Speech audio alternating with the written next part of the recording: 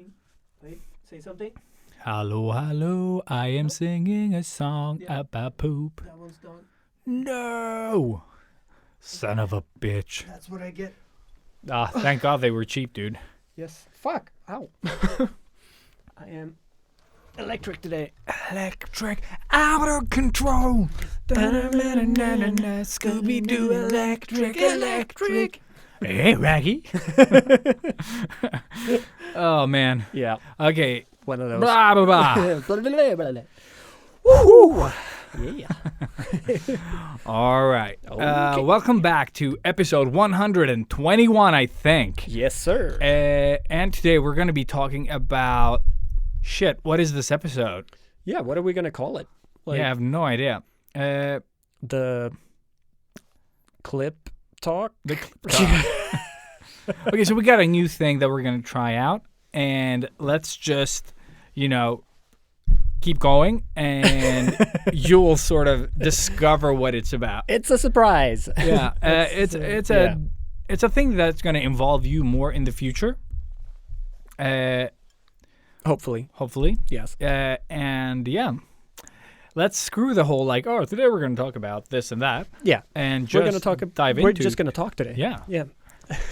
Yeah. Yeah. Yeah. So how are you, bud? Or how am I? Yeah. How are you? How is everyone? How is?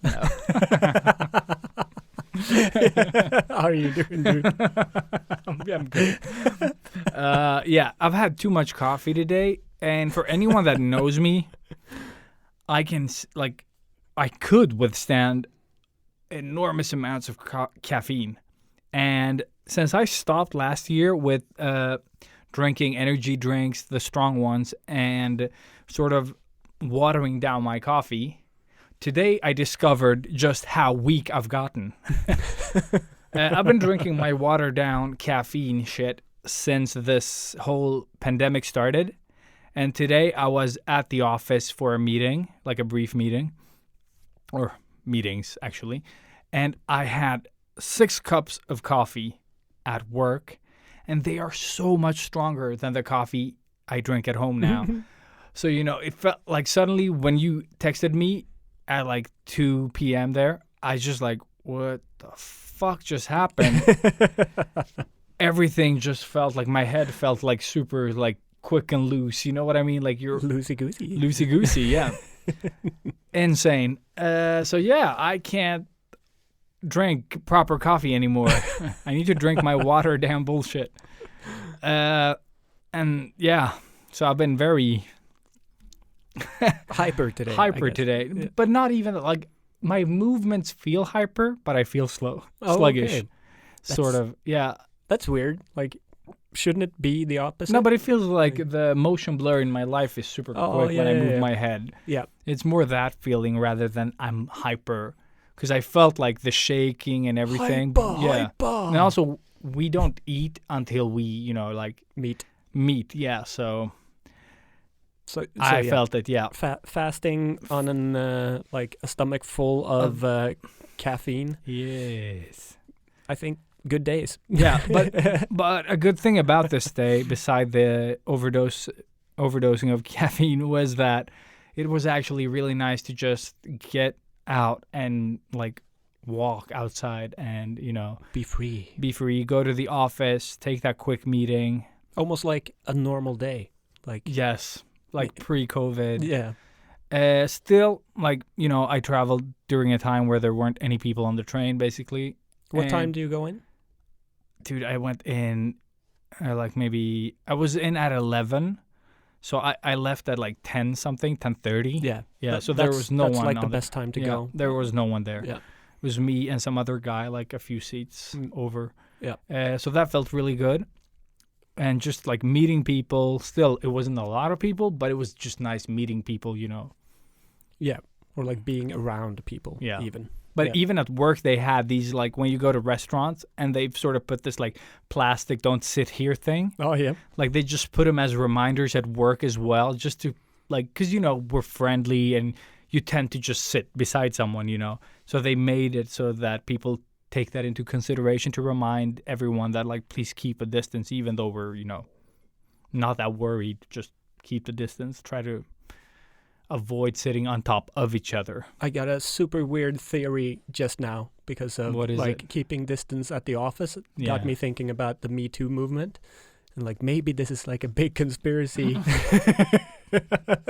Like some very, very extreme feminists have like This is the pandemic is just Exactly. yeah. it's No. like I know how to solve this. Dude, Like as much So, as a yeah. joke like that you made that, it's probably some crazy people on YouTube already have a video about the like oh, I'm sure. because you know how people are. Yeah. I mean, if I thought of it, there's definitely probably a few someone thousand out there, other yeah. people thinking about it. too. Living it.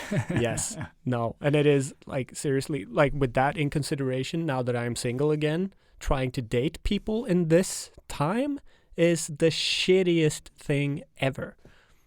Like, I don't even know how to start doing like normally you can take people out and you can Do things. do things. So like, you know, they're distracted and not focusing in on everything you're saying because you're an asshole. And you can kind of get away with stuff. Now shit, there's yeah. like 100% focus on you and you're just communicating through like the Tinder app or through texts. And I can't even imagine. it's horrendous. I do not like it. But I am back in the game and cheers. Cheers. Yeah. I'm back in the game. Woo! Ding, ding. Yeah, we're drinking COVID beers. Yep. So anything new apart from you actually going into the office today? Like, have you done any? What did you do this weekend? No, it's just been chill. Like, my son's birthday is coming up. So since we can't celebrate, you know, having the family gathered or anything, we've just had, you know, like just, you know, mom and dad visiting or something like that. Yeah. Just like not too much, contain it, keep it simple. What are you guys gonna do for Christmas? Is it just your I think we're just going to be at home. in the house, Yeah. immediate family? Like, No, just just in the house. in the family. house family. Yeah. Yeah. So we're not doing a big thing. No, like I seriously don't know. Well, like I don't think I can diss my parents Mm-hmm. for Christmas. That would be a douchebag move. But I mean the what's he called? Like the States guy, the States guy? oh shit. Total Okay. brain fart now. Löfven. Löfven. yeah, Stefan Löfven, Stefan. like the head of state, I guess, has said that just spend like don't meet anybody apart from people that you live with. Like that's what he said. That was the latest statement. So yeah, I think this Christmas is I gonna have be. a fortnight emergency. Oh really? Yeah, my Oh my son God. is sad because tomorrow he won't be able to get the character. Oh no! Yes, he's turning 7. He's super upset because the season of Fortnite is running out tomorrow. Oh. Do you have to pay stuff? Yes, that's what it is that I have to. Of course. Damn you, Dean. Destroying Yeah, podcast. ruining the podcast, Yeah. son. because it was so good. But yeah, I can talk about my week, I guess. Yeah, dude. I will. How have you been? I have been actually really good. It's been a good week. It was extremely hectic, pretty much like the last time we spoke. No, these 2 weeks have been me just trying to catch up to work, more or less, which is a really good thing. Don't get me wrong, but I was running on fumes the last like 2 days. I was exhausted and still had like when I felt like okay, this is like I'm done. I still had 2 more days to go. It was just like the amount of energy I had to pull from so deep inside was crazy. So once I finished on Saturday, like my plan was to start my super project Saturday evening, but I was so dead when I got home. Like, so yeah, I did the podcast editing and crashed. And that was amazing. Like that's the best night's sleep I've had in ages. Yeah, it was just so good. But it's been a really fucking great week. I did well. This is a week later, obviously, for anybody that has listened to this podcast before. We're a week behind, but I did my, I call it the Dark Friday because I felt like, why do you have to call it Black Friday? My Dark Friday promotion thing with the 30% discount, and I had 19 people Actually book. signing up. Yeah. So that feels really great. And if any of you are listening, thank you so much. I know it's weird me thanking you for pretty much taking my money, but it's it's so humbling to have that many people really want to get tattoos, because I know that everybody's going through really shitty times right now. And, getting a tattoo is not cheap. Yeah. And that is also why I did 30%. I could have easily gone 10 or 20%. It's still like money off of the tattoo. Yeah. But I really wanted to give back to like all the love that I keep getting from everybody. And this was pretty much the only way I could do it without losing money. And so extremely, extremely grateful to have so many awesome clients out there. And a lot of new people too. I think a few because of your shout as well. So thank you. Yeah, no worries, man. So that was really great. That was like, towards the end of my super hectic week. And that's pretty much all I've done. Like, seriously, I've only worked. Also went on a date, and it was really nice. I will get into that some other time, I think. How is the Fortnite coming? Are you? He wants Silver Groot. Silver Groot? Silver Groot, yeah, because when you get to a certain level, you get these different skins, and apparently you need to level, and he wants Silver Groot, and he's super sad, which, like, as a grown-up, it's hard to see why he would care so much, but as a kid, you just care so much about this. No, you just want it. And yeah, if you can't exactly. have if you can't have it, then you're going to be pissed. He's not sad, he's pissed. Oh, no, he's sad at this point. You know when he's angry and when he's sad. Oh, really? Yeah. But I told him this yesterday, that we got Iron Man yesterday. So he already got a fucking character. No, but you get him all the time. But we leveled, like, we were playing yesterday. Yeah. And doing, like, missions and stuff. And then, so we managed to pass level 100 on this campaign. And unlocked Iron Man. So we unlocked more characters, but Iron Man was one he really wanted. So now mid-game you can press a button, and he turns into the suited Iron Man. So we have Tony Stark, yeah. Sweet. So that was super cool, but now he's not satisfied, and he wants, like, characters at higher levels than, like, that he's at. So and what's so special today. What's so special about Silver They're Groot? just skin. There is nothing special about them except that he has this, like, it's Groot with, like, a silver sort of shimmer to him, like, oh, he's silver. Yeah. So that's what he wants. Like, Dean, you gotta get better taste, man. Seriously. Oh, Jesus, yeah. Yeah. But all right, so let's I'm gonna cut this out, obviously. Make it transition flawless. But yeah, so the way I normally start my day when I have a lot of time is I take the longest bath possible. Mm-hmm. We're talking like refill the bathtub with hot water like 3-4 times. Easy. So I'm in there for like 2 straight hours. God damn. I know. Raisin. Yeah, that's why I look so good. No, it's a miracle that the skin is still on my body. Mm-hmm. It feels and like dried up. When I like get up out of the bathtub, the skin would just stay. I just step out of my skin. But I consume YouTube like a maniac, like we talked about last time, and today was definitely no exception. Yeah. So for me, Mondays is like a Sunday. I work Saturday, so I postpone my weekend.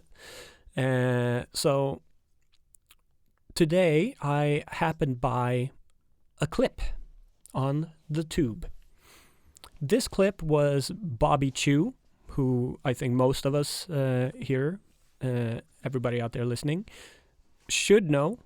I think. Or do know, yeah. Or do know. Like maybe you've even just heard the name. You don't know the art or artist, but he's very, very, very well known within the art community. He is the creator of Schoolism, right? Yeah. Like, the founder of Z School. Mm-hmm. And like just he seems like a genuinely awesome dude.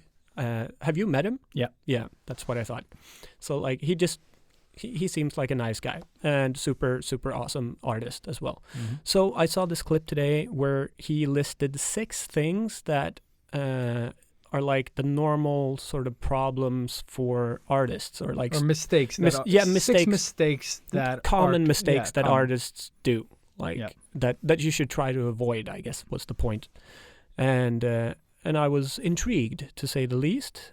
So clicked on it and realized that I pretty much do each and every one of those mistakes. I love that is the base. Yeah. So I was like, well, fuck you, Bobby Chiu. I don't want to follow your rules. But then I think you are following those rules. Like you are doing the right thing here. So that made me think, okay, so here's something to talk about.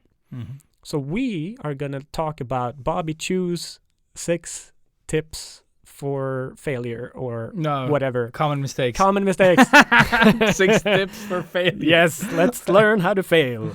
No, it's Bobby Chiu's 6 mistakes to avoid as a fucking artist. All right? So that is today's topic. Yeah, that is today's topic. So and I think it's fun though. Like, let's try this out. And for the future, we're thinking that you guys, if you find a clip online, that we could have like some episodes where we look at the clip and then discuss how that applies to our experiences and if we agree, disagree, or have things to add, and just like because we want you all to be more part of what we do. Yes, please. So I think this might be a fun way of like, I saw this clip, it helped me a lot. What do you guys think? You know? Yes. Like I'm already looking forward to see what people are gonna send in. Mm-hmm. So I really, really hope you do that. Like if you have one of those favorite clips that you've saved to your watch laters or likes it might be or a motivational clip. For artists, whatever. Or even the opposite, if you have like the shittiest clip, that would even be more fun. Yeah.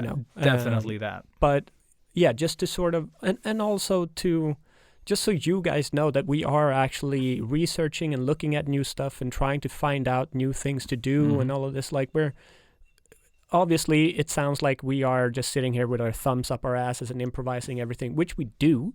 But we are also trying to evolve and learn as we go, which is sort of the secret to being a successfucking artist in general. So, yeah, I think, like, with that said, let's do the intro and get a breather. I need to open up a new beer because I'm fucking, I'm in the zone, bro. Zone. So, intro song, please. Just, save us. Did you want to say something? Do you want to do a scubbly-dubby-douche? Something? Too late now. Up a penskadoosh? Come on. Away we go! I had nothing. You called me out on it. I was like, I don't want to do anything. Don't talk to me. You shut your mouth when you're talking to me. Artists of the world unite. Step out of your comfort zone into the danger zone.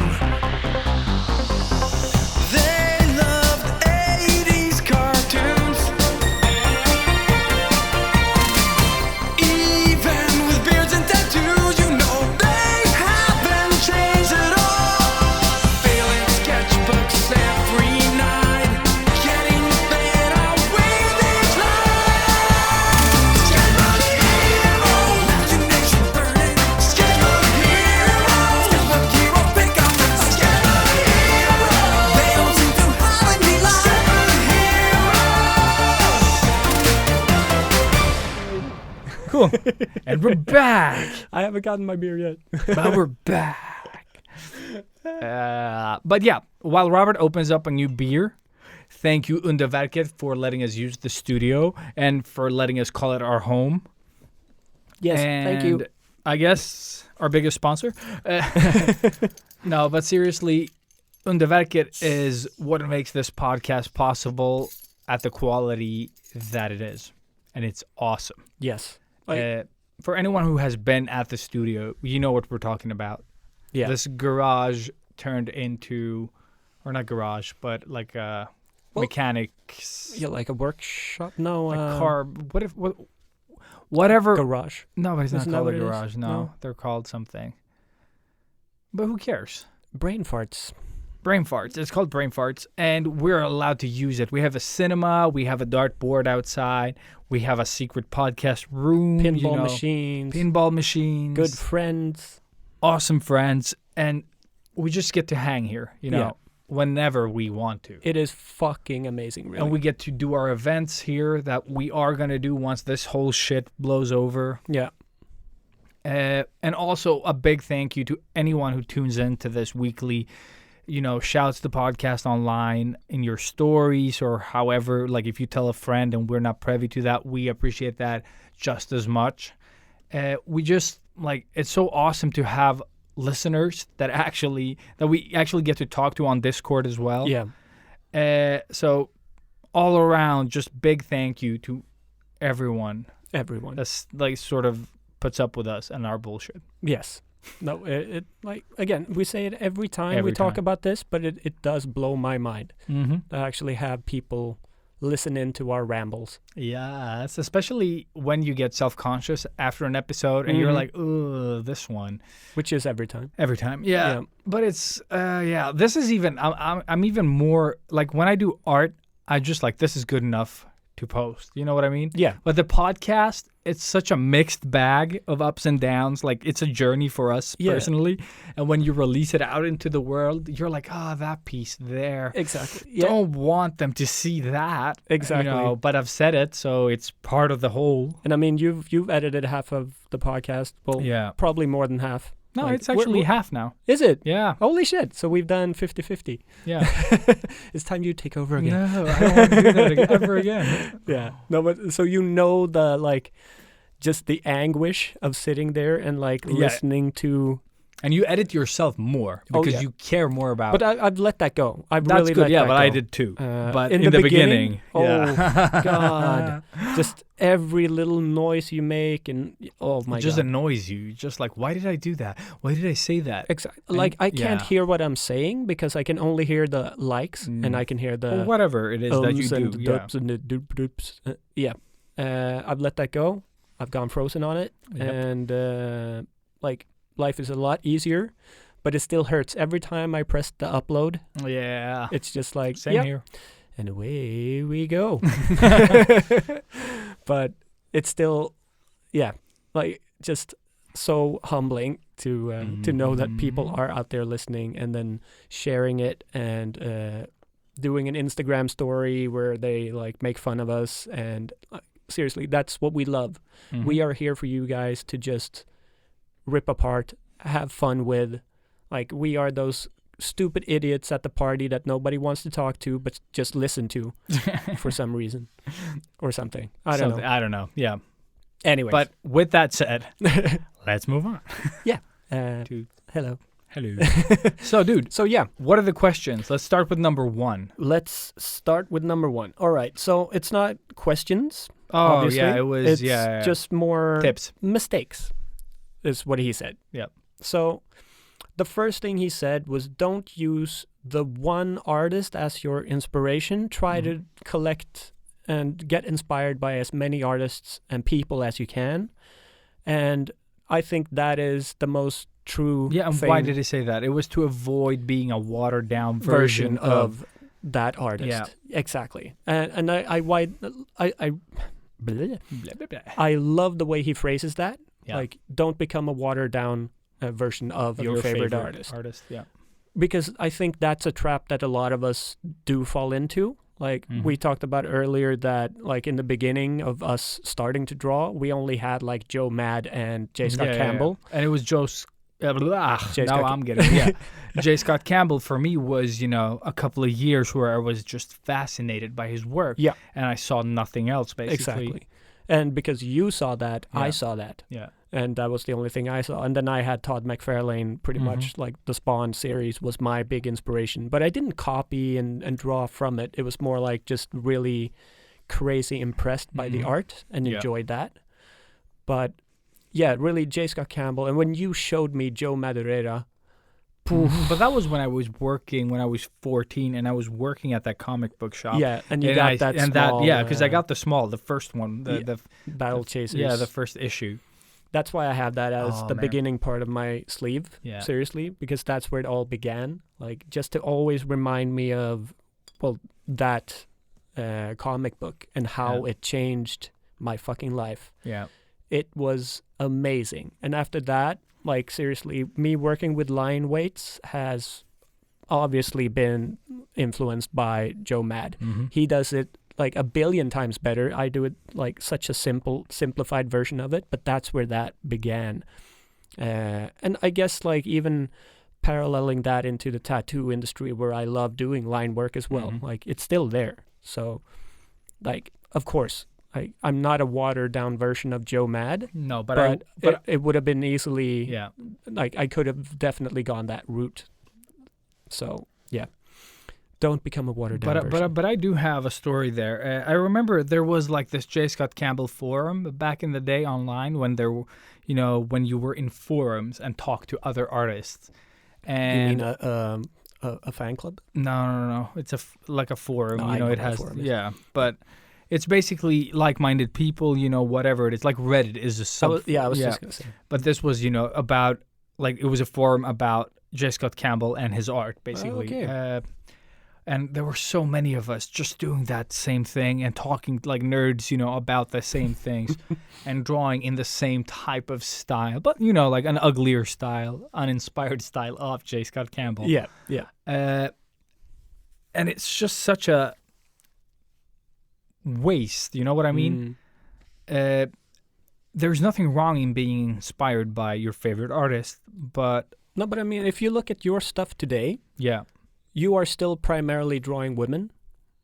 J. Scott Campbell is the woman guy. Like that's what he draws.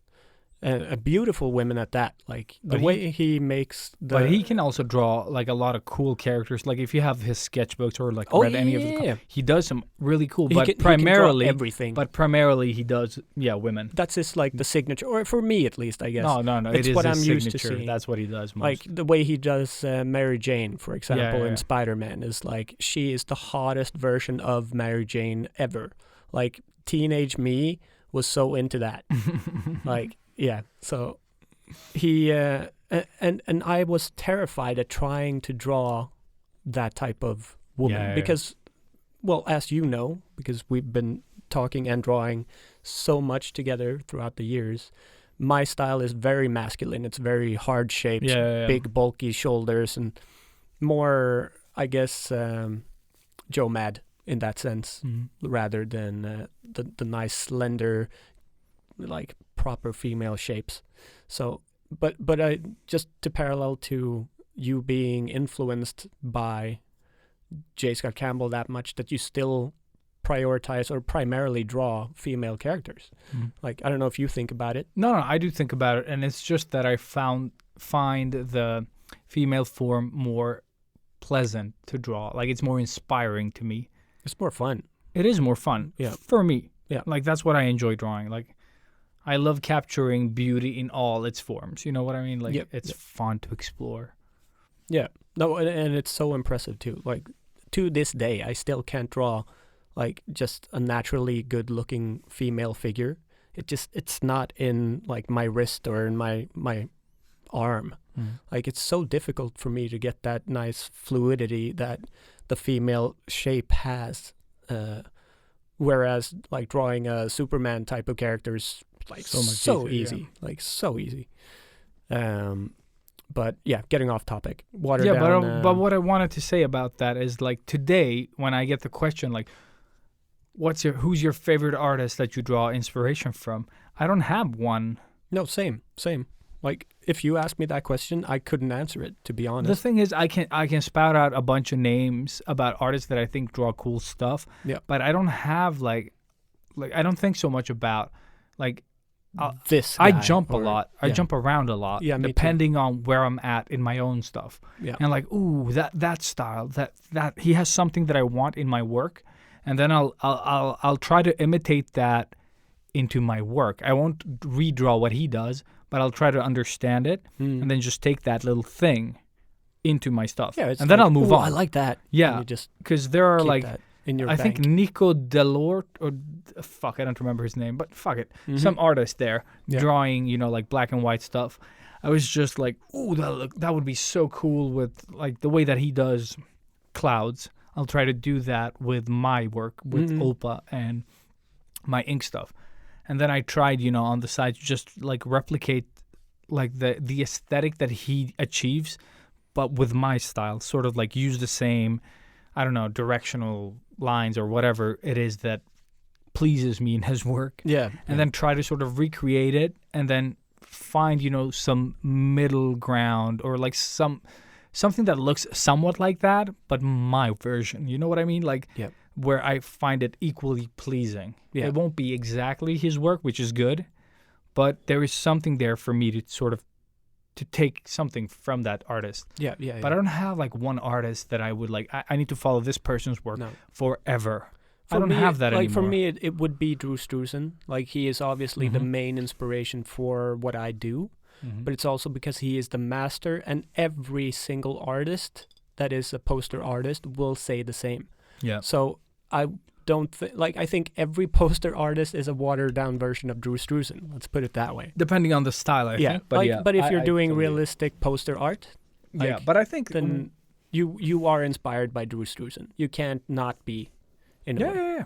Because Totally. nobody's gonna make up a realistic portrait. It is supposed to look like Yeah, the yeah, person. but Drew Struzan has like he has his fingerprint on it. yeah, Like, you and can it's that tell airbrush, airbrush and color pencil. color pencil, Yeah. like those, like the hatching that he does in Same the way as Paul, that he does. Paul Schiffer is really like a copy. He is, He is a watered down version of Drew, like for sure. and He's doing the exact. he's same doing thing. the exact same thing, and he's very good. Yes, no but shit it's on not Drew Paul. Struzan. You know what I mean? Yeah, yeah, like yeah. because it is the same thing that he's trying to do. Exact. It looks a little bit. How would you say? Like poorer in a way.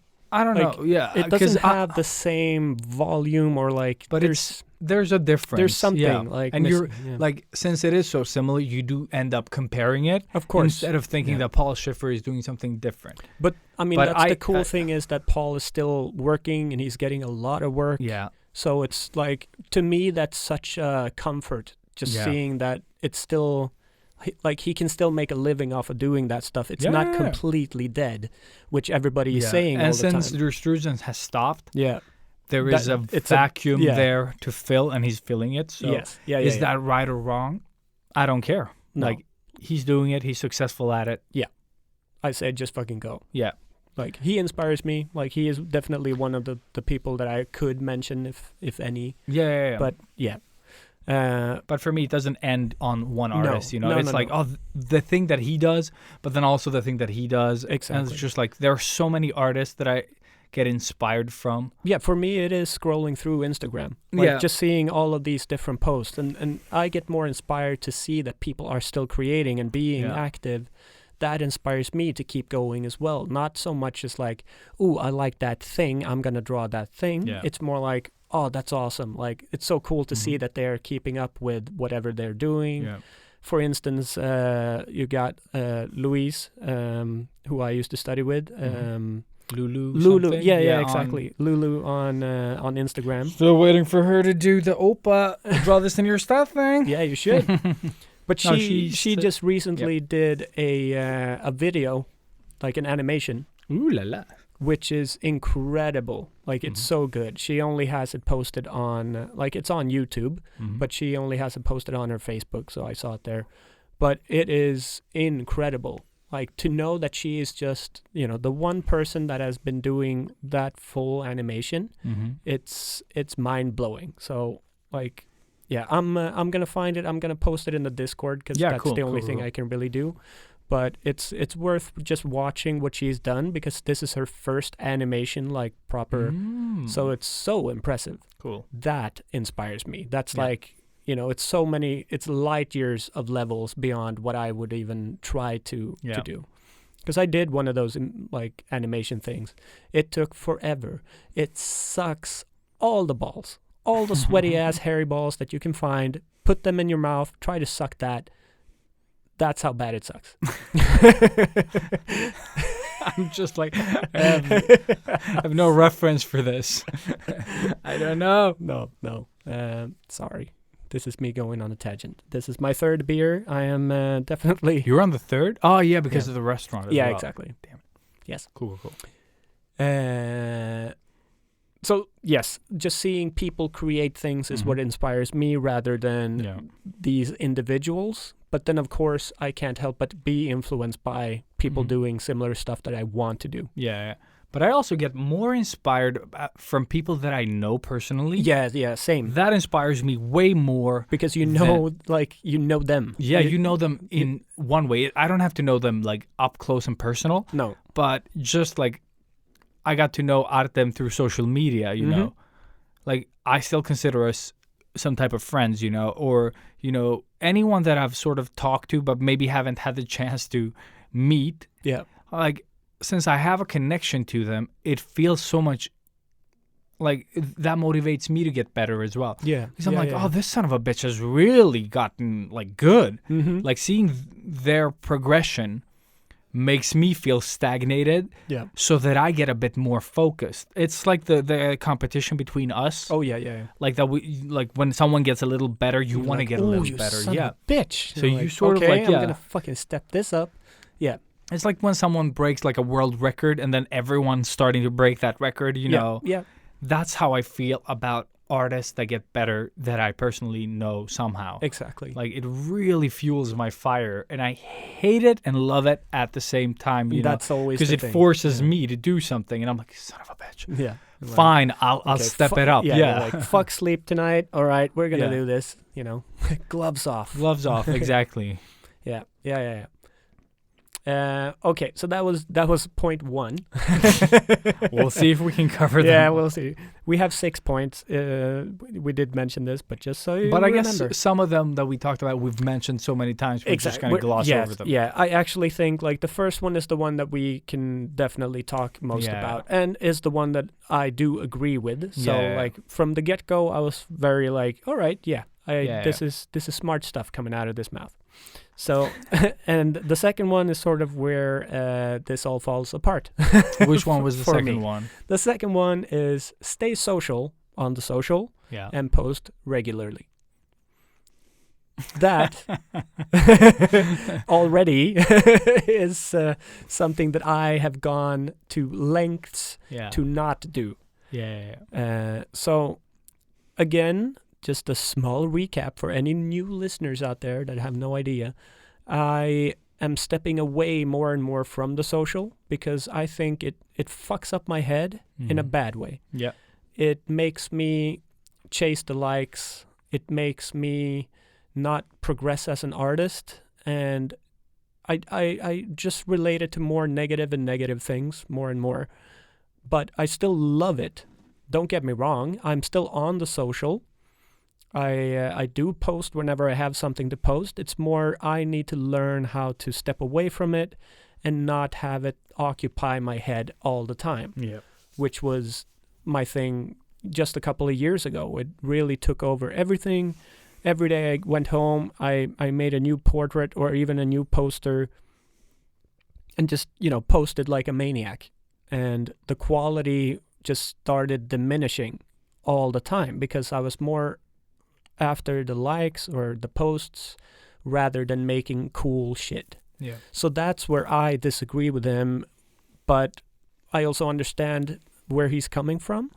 So, I mean, you are this is where you've become more of the Jedi in this little black hole that we're sitting in, because you're doing this the right way. Obviously, you've slowed down a little bit now. Oh, yeah, dude. But you're still in it, and you're still, like, doing, I guess, exactly what he's saying. Yeah.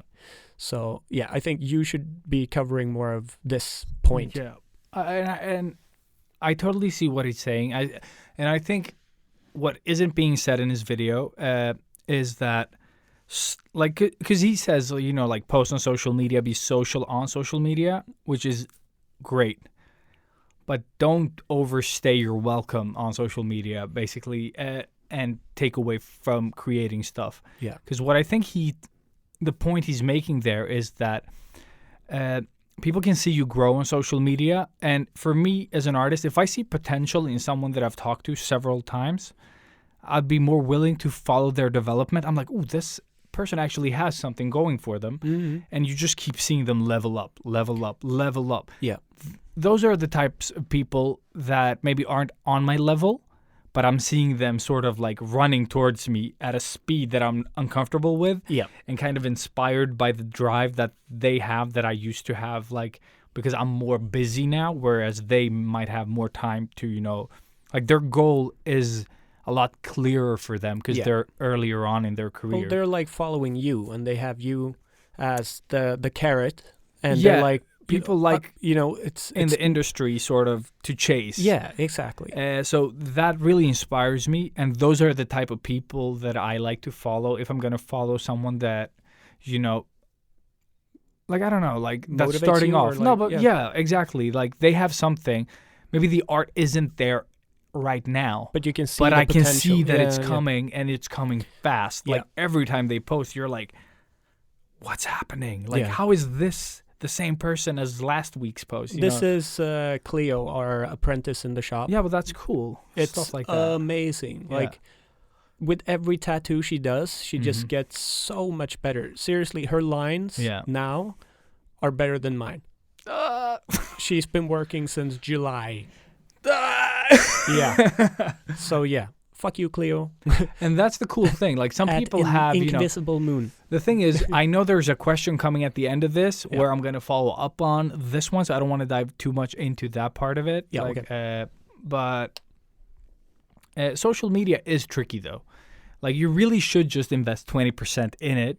You know, post, socialize, go Escape. create art. Yeah, Yeah. exactly. And go create other cool stuff and create for the sake of creating, not for the sake of posting it. Yeah. Like, you'll do that, but you don't do it for that. Exactly. You know what I mean? And I Like, think that is what he means, but that's assuming that you are continuously progressing or drawing all the time. yeah, I guess that gets lost a little, because if you're starting off if you're starting your social journey, like, on social media platforms, it's so easy to get drawn in fast, and then you're just like, just social media. Yeah. And you're like, oh, I need to post something, but you have nothing because you're all only using social media. That's like all your day is just trying to get likes. But you're pretty much you're Yeah. being born at the bottom of the Mariana Trench, and just like, okay, where the fuck am I? What is this? Yes. And you just have this big black hole, and then maybe if you keep swimming Yeah. far enough, you're gonna reach light. you know? Yeah. But that's why I I was- always say that try to find a couple of like-minded artists that you see, like, oh, they don't have that many followers like me, but like they're like me. They're Yeah. like really pursuing this shit. Yes. Connect with them. And Draw together outside of social media. And this is where he made a good point here, just to fill that one out, that like if you're going to communicate with artists, even if you're going to try to reach out to artists that are like the more high-end ones that have the big follower the popular account. ones. Be very specific and direct with your questions. Just limit it to one solid question that is a good question, rather than go like, oh, what pen are you using? What paper is that? How long did it take you to do this? Like the usual ones. Yeah, pretty much. Just go. Like, obviously, you have to say that you love their stuff. Kiss ass.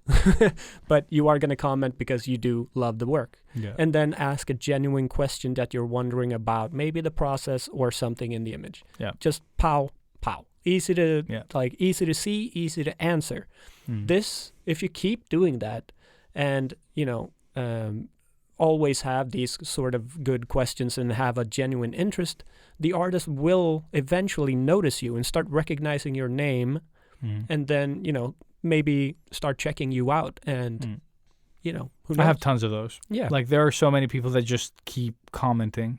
Sometimes it's just nice, but they're always in my comments. Yeah. And Yeah, I yeah, do yeah. recognize their names. So when they join live streams and stuff, I'm like, oh, hey, dude, or Yeah, you recognize whoever. them. Yeah, you recognize them Exactly, immediately. Yeah. exactly. So you can get on people's radars because, for example, people with a lot of followers, and I don't have that many compared to these popular artists, but even at the level that I'm at right now, half my messages disappear. Like, I don't even have time. Like, the stuff that gets tagged with my draw this in your style right now, I have to actively go in and look for them, Yeah. or I won't see them because there's been 7 like in just the past like couple of days, and I saw them this morning. I was like, no one has okay. drawn my character, and then I went into the hashtag and they were there. Uh-huh. You know what I mean? Yeah, yeah, like yeah. that I've missed. But has something changed with the algorithm again? no, No? maybe. I don't know, dude. I 'Cause have no idea. I was talking with Lothlinen Yeah. about this, and she was actually wondering kind of the same. Like, Okay, yeah. has something happened? I don't know. I don't know. Like, for me, well, nothing changes because Yeah, I need to post something more regularly to notice it. I hate the new layout of Oh, Instagram. yeah, I hate it too. It's Everything so- is placed in the wrong place. And again, like, it's so hard to see. yeah. Even for me, just getting like a few hundred likes Who when did they what? compile it down to like this thing and like this many people exactly commented on your stuff. Yeah. and even with the like sometimes it's not there. Sometimes yeah. it's the normal thing. yeah, And then- exactly. The like- first time you look at it, it's there. yeah. And then if you update, it puts them together. It compiles. It Okay. kind of says that you've seen this, so I'll just put them together now. So it's trying to help you, but it is but it is confusing Yeah. you, and I'm missing all the comments like that. yeah. Because I have like sometimes it's just like these people followed you plus like this amount of people liked it. Yeah. And that's all I get. And it can be like when I counted them, it can be like just 10 messages.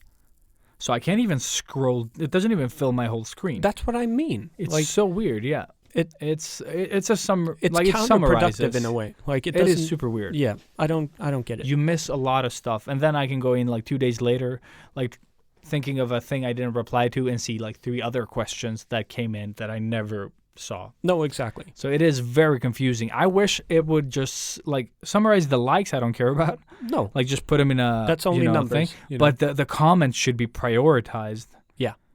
Or that you could click on it and it'd show you the comments, like even if it summarizes comments, you could just get them all if you clicked on it. Yeah. But no. Now you have And to go especially- into your post and you Yeah. have to click the comment thing and then you can see and it. then you can get to them. It's And like- it's a bit confusing. Like, But I guess they're trying it out. I think it's going to change one more time before that stays. oh, okay. Hopefully. Yeah. Or they have tried it and now it stays. Yeah. We'll see. We'll Well, see. It keeps changing though. They just so- got our feedback. So Yes. fuck you, Instagram. But shit, I had a closing thing to say about social media. Yeah, about social media though. Like, definitely put 80% at least in your work and let your work do the Talking. talking. Socialize with the people that socialize with your work, and then eventually people will see the potential in your work if you stay as have some type of regularity to your posting. People will start seeing your work, but don't start with I'm going to get famous No. before you even have something to get famous for. You know what I mean? Like, so yeah, that's it. Fuck it. Yes. So like he has a good point. Yeah. But I don't agree. Like this is already where I started. Yeah, like, but I agree. I totally see the value in it. It's just it's important not to get stuck if this is where you're starting off with, because, oh man, we got sucked into the social media thing so hard. Yeah. All right. So his point number 3 is it's not all about work or business. Like you need to actively be doing stuff that you enjoy doing. It shouldn't all be about business, more or less. With this one, I'm sort of 50-50, I guess. Obviously, I have to post my work. That's how I get work. Yeah. So that's a whole different thing. And then, well, I guess that's But the luxury of being me is that I do have the 2 different sets of accounts and do very different things. yeah. So the art account is like, of course, it's left bleeding now because I only post whenever I do creative stuff. Mm-hmm. And I don't have time to do creative stuff because I do way too much of the business. Yeah. And with that one, I post on the regular, at least like 3 times a week or even more. So for me, I get more from the business one because obviously that one is the continuously You're posting updated one. regularly, And so people interact with that one more. But I do enjoy being in on the artsy one more because that's the stuff that I love doing, and also like because I'm not following the same type of people on these accounts. Obviously, the tattoo one is just tattoos, and that's where I want to get inspired. Except you, of course. Whoop, whoop. Always follow the Greek beard. But so like when I want to get inspired, I go into my Robbie Ekblom page because that's where all the cool art is, and I see most of the Sketchbook Heroes stuff is there as well. So I have more fun on that social, but I don't post on that social. So you see the predicament I'm in here. Yeah. So I feel like I talked myself into a corner. I really don't know. But I can continue because what Bobby also talked about was that he's all about being efficient in his own work and how he works and stuff. I love that you're like, Bobby. Because you met him. So you're like, me and Bobby. Yeah, His name is Robert, just so you know. Sorry. Nobody calls him Robert. But the thing is, what he says also is that he approaches artists like helping them with, like their schoolism videos and stuff like that.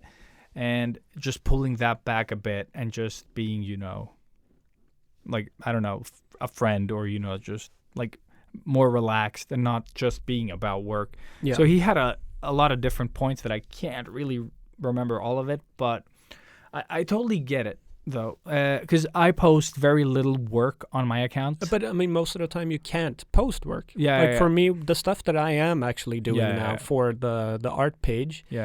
I can't post show it. No, like I can't even mention what it is. Like it's so frustrating because I don't have time to produce stuff in between and the work that gives me money. Since you're doing that privately as well on your off time, exactly. So that really does make the art page suffer. Yeah. So and also like for me as well, like the stuff I do at work, I can't really show for at least half a year for me, but it also is so different from what I do that it breaks the theme. So I don't know if I want to post it as well now because this Inktober really, really like drove the point across that just keep it themed. Yeah. You can do all the art you want to do, but keep your account themed. And it seems to be working. People know what to expect from me art-wise and why they follow or why they should follow that account. Yeah. So nothing has changed. I still draw a variety of things. You've seen some of my sort of concepts for like previous games that I've worked on. Yep. And you totally get the difference in what I post and what I do at work. Oh my God, yeah. Like light years. Yeah. And even when I draw digitally privately, it's not the stuff that you see me do at work. You know what I mean? Like it's so different. So I don't know. I kind of like to post stuff that inspires me personally on my private art account. Yeah. And I think what we both do really well actually on a during normal circumstances is to mix fun and work. Like we've never had that problem where we're too professional and it feels like we're selling or that we're just talking about business. Like I don't think we've had that problem. We're not that structured or organized to come across as too formal. We don't have the fucks to give. Yeah. We do what we want to do and but to be like counter that is that it does feel like you now are drawing for the likes in a way because now you know that this is what people want to see, so that prohibits you from posting your digital stuff because but it's not stopping you from doing it though. No, like that's what I mean. So it's more of like this is what you can expect on this account. Mm-hmm. So I'll stick to that because it's helping it grow, and in helping it grow, it'll create like a bigger sort of, what do you call it? Like if the following grows a bit and it's still as active as it is, like when you post other stuff, sure, not everyone's going to like it, but I'll also have a bigger library of stuff to post eventually. But I think also it'll help me just like come into more of the stuff I want to post later as well. Like I'm not like, it's not going to change the way that I draw in general, but it's going to change the stuff that I post on that account. Yeah. So that the important thing for me is that I don't change my art, but I can, since there's no interest for the digital stuff, I'll post it less. Yeah. Yeah. And it doesn't bother me because I still get to do it. Yeah. No, but it also helps me to not draw for, you know, like when I draw digital stuff, it's for me. Yeah. So it's kind of nice as well because it doesn't force me to draw for social media. Like I can draw whatever. Yeah. Yeah. But yeah, I'm just worried that it's gonna sort of stop you from doing what you want to do. Like that you're gonna start doing something on your iPad, and then you're gonna be like, oh, but I can't do that because nobody's gonna like that. So no, but I'm not gonna post it. So that's the thing. I know, like I'll still do it. I'll just won't post it. Yeah, but you know what I mean. Yeah, I do like, get what just you so mean. you don't get sort of, so it doesn't fuck you in the ass. Pretty much. Like I don't want you to fuck yourself in the ass because nobody wants that, Ilias. Yeah. No, I'm sure I there's do somebody get out what you there. mean. Yeah. But it feels like a few years ago, yes. But right now, it feels like, because I'm not spending a lot of time on social media. Yeah. Yeah. What I've done like the past few days, I've drawn a thing like in the style that I'm doing, but I haven't posted it. I started it on this 2 days ago, and I haven't posted it. I haven't rushed to finish it. I posted on Friday. It's Monday today. I've done nothing there in between except that image on Saturday That's that I didn't post.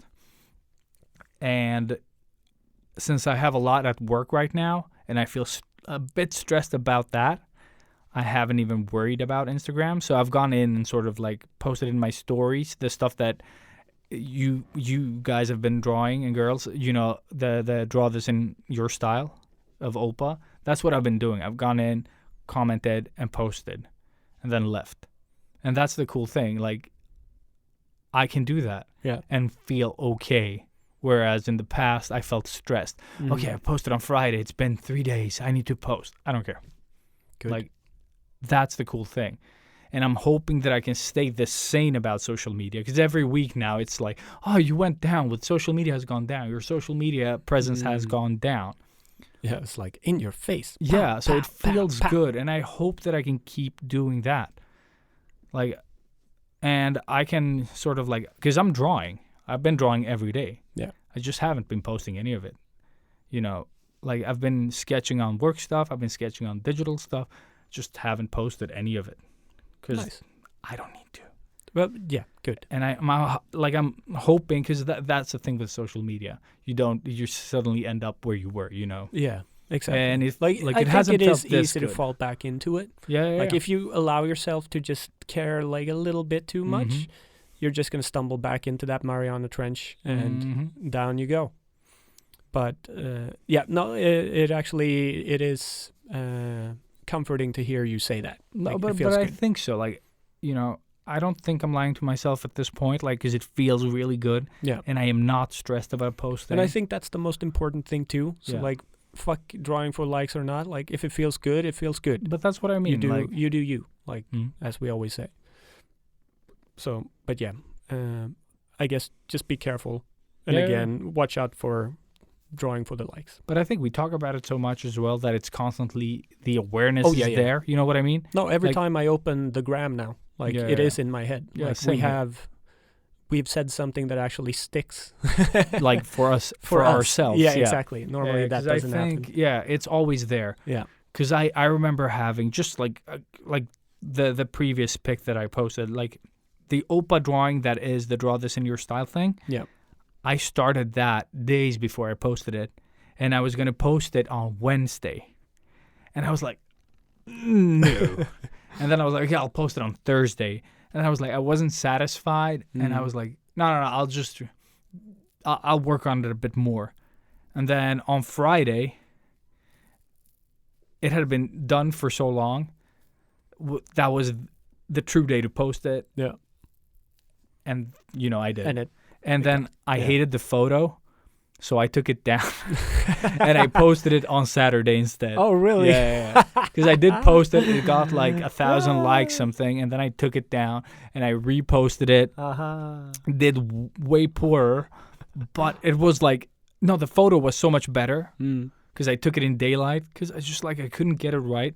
So I took it down, no matter like the likes and the comments. I was just like, no, I need to take it down again and just post this quality that feels good to me. So, lost all the comments, you lose all the likes, but the photo was great. Yeah.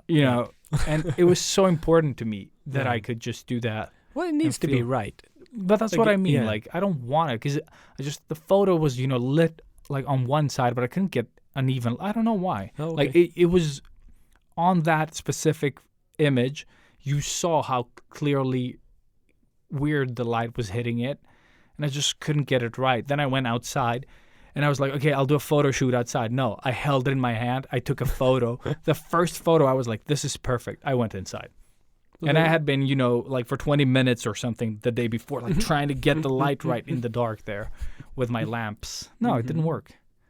So I was so, like when I woke up that morning and saw that, I was like, like, I don't want this. I just want it to be good. All right. So that's probably why the engagement wasn't as big. Yeah, because it was good. Yeah, exactly. The photo was good. People didn't give a shit. Moving on. Yeah. All so right. What's the next one? Next one is don't get jaded. Do something different.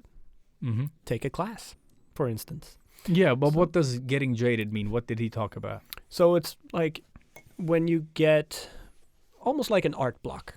Like when you get discouraged, when you sit there looking at that blank piece of paper.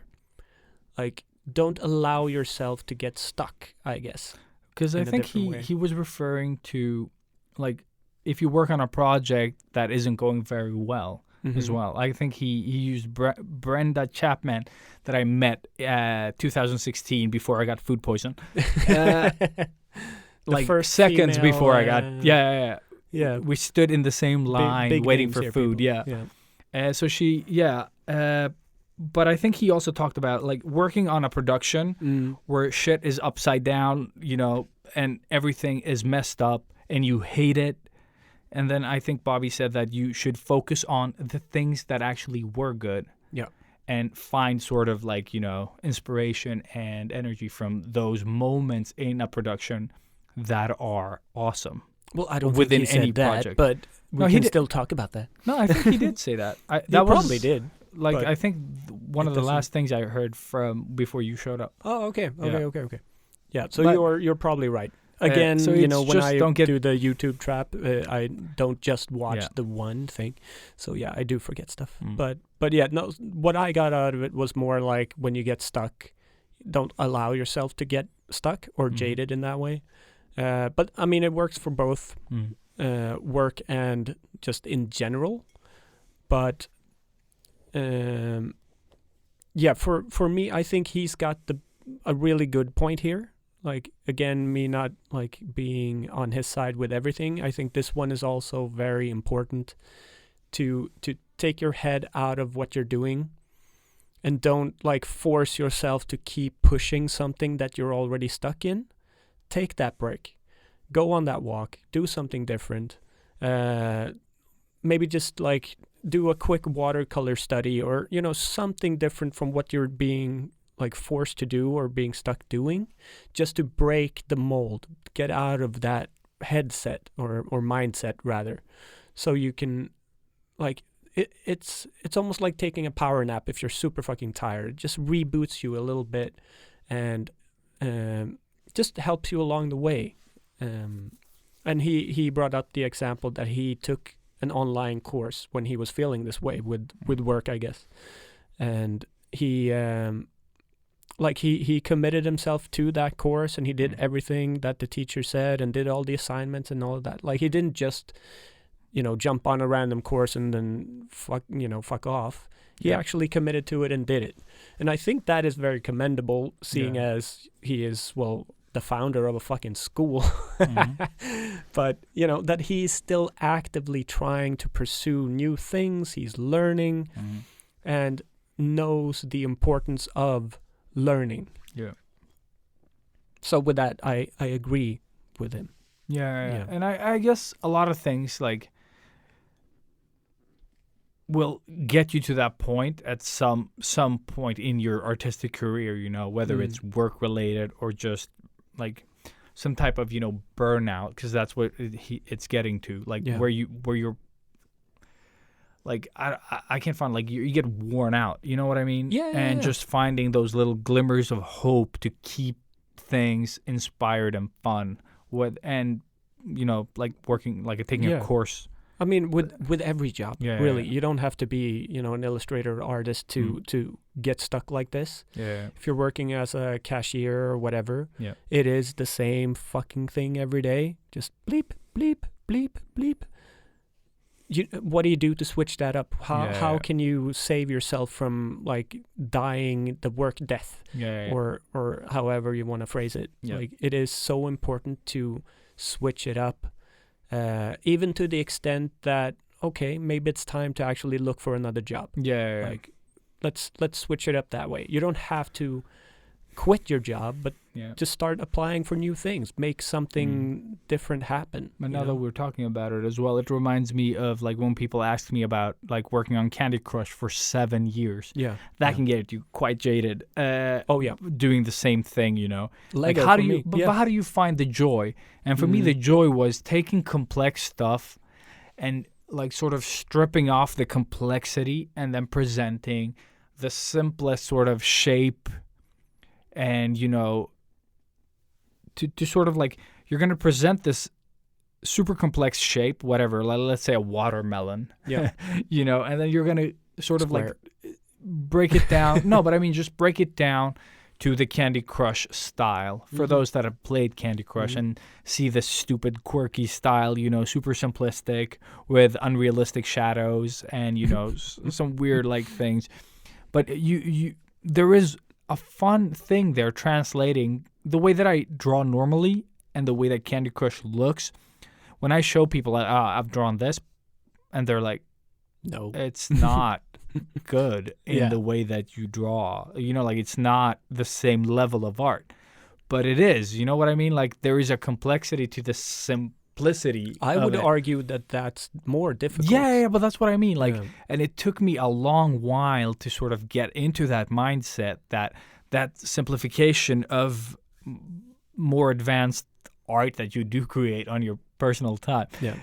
It's super hard to keep that and make it that simple. And no, I tackle this at least, like, on a weekly basis myself with tattoos.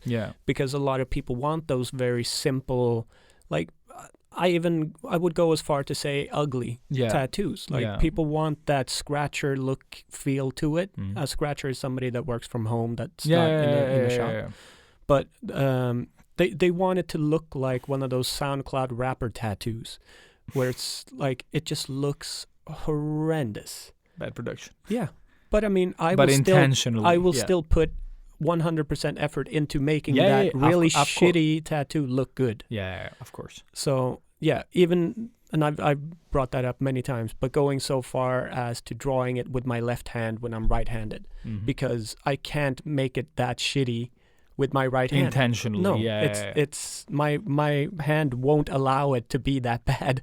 So I have to, like, either that or close my eyes and draw it. Like, no, I do get what you mean there. So it's very interesting in that way. Sorry for interrupting. No. I had nothing else to add to that. It's just that I found the joy in going from, because I used to draw it like I do the sketch like I normally do them, and then I strip complexity. And then the cool thing about working in digital software is that I can make a copy without, drawing it again.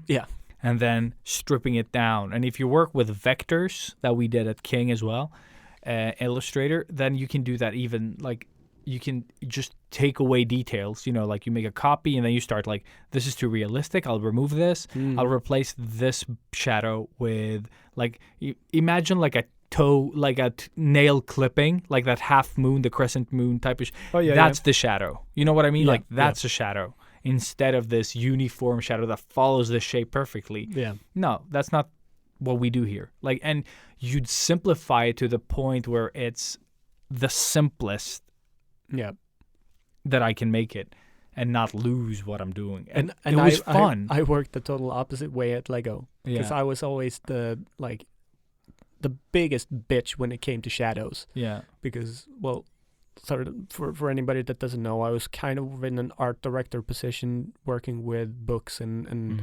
well, a lot of illustrations that people did. So they send them to me and I approve them.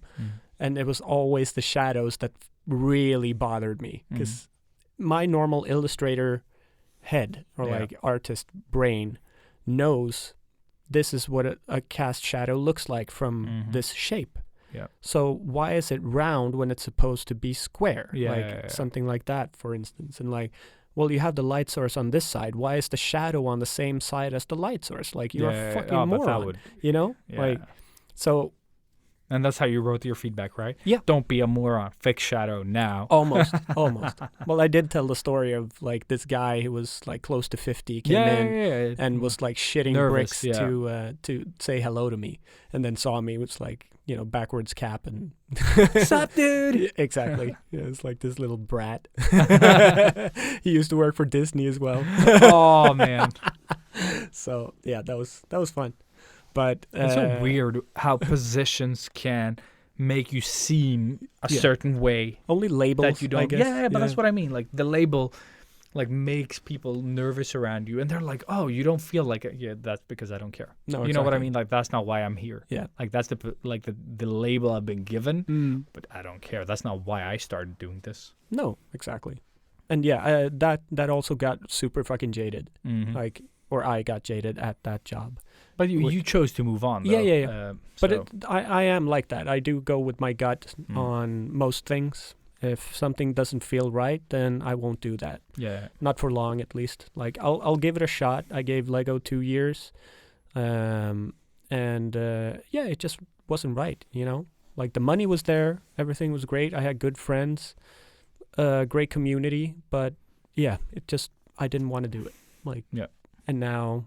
Well, seriously, I'm at work nirvana. This is exactly where I've always wanted to be. So that is awesome. It was worth it. Go with your gut. Easy. Hey, jaded. 'Cause I'm the one who jaded you. So good. Like listening to this episode will get you jaded. 100%. All right. Get to the point. All right, we're 1 hour in. That's good. Yes. All right, so we're at the last 2 points of the genius Bobby. Number 5, don't tag artists in your work so they'll look at it. It's happening more and more on my account. Yeah, it's like, why do people do that? Because they're idiots. Like, I can understand it if you've redrawn something. Like, when you give credit to an artist. Yes. Or you are connected somehow to the thing. Exactly. Why would you just randomly, like... have them look at your stuff. Let's say I draw your portrait. Yeah. And then I hashtag J. Scott Campbell. Yeah. Or like, not hashtag, tag. No, but I do get what you mean. Yeah. Why the fuck would you do that? I wouldn't do that. So that your favorite artist hates you. Yeah. And then blocks you. Well, he did like my tattoo sleeve. So I am very happy about that. Because J. Scott Campbell that's different because he's on your arm. Exactly. Yeah. So, like... but yeah, that started happening to me. Like, it hasn't been a super, like, recurring thing, but the more popular I've gotten, the more is happening. Yeah. So that is one of the drawbacks, I guess, from popularity, because people are tagging me in a lot of shit that crazy. I'm not in. So, but even I get tagged in stuff like that, to be honest. Like, now that I think about it. But it was less before, like it happened like once a month or like something like that, or like a couple of times every now and then. Now it's been happening, all the time. And Yeah. I'm like, no. At first I was like, oh, please don't do that. But now I'm seeing people that don't even follow me that are tagging me, you know, like, How the fuck? how the fuck? Yeah. They're like, oh, this guy's popular. Like, he's on the Explore page. I'll just tag him or something. I don't know. Oh, you bitches. So before I was like, when I saw that it was a follower, I was like, please don't tag me in work that I'm not in, because it's considered spam, and I'll probably block you if you keep doing it. That's Because I had a 100%. person, but then, you have 10 people do it in one sort of like within the same day.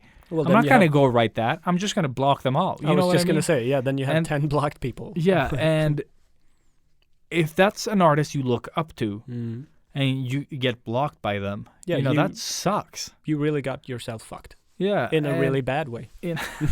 it's not a win. Yeah, So, be considerate. Like, you're wasting someone's time. but it's a give and take. Like Yeah. it's always that. Like if Yeah. you're gonna if you want the attention of goes back to what we just mentioned before. Like that, you write a question on that person's artwork. Yeah. You engage with the artist. You don't like try to fish hook them into some bullshit that they're not involved in. Like that's not how it works. Like that's that's social media rape. I don't know. Like you're forcing somebody to do something they don't want to do. Yeah. That was maybe a really bad example. It was a bad example, yeah, indeed. but that's the only. But it that's is something like I am good at. guerrilla sort of social Marketing, mediaing. yeah, It's exactly. like a terrible way to market yourself, because it is just going to ruin it for you. Sure, you might get one artist to like you and have 10 of them block you. You know what I mean? Yeah. So the people you're trying to reach in an industry, or just, that you want to talk to or something, will start blocking you. Yeah. Yeah. And do that enough times and see what happens. Exactly. So it's just, you're going to lose. Long term, you're going to lose. Yeah. So don't do that. No. Again, be smart about it. Go in, a direct comment, like a question, easy to answer, move on. Or just, you could just appreciate what you like about the artwork. Yeah, sometimes there's awesome pieces that I just don't know what to comment. Like, it might be just my mindset during the time that I see it. I'm like, this is so good, but I only have awesome to say. And I might just not write anything. I try to get creative with those. Like, Yeah. I go like, oh my god, like if this if this piece had a pussy, I would fuck the shit out of it. Like, ouch. yeah. See, that's how spontaneous my brain works. I am so sorry.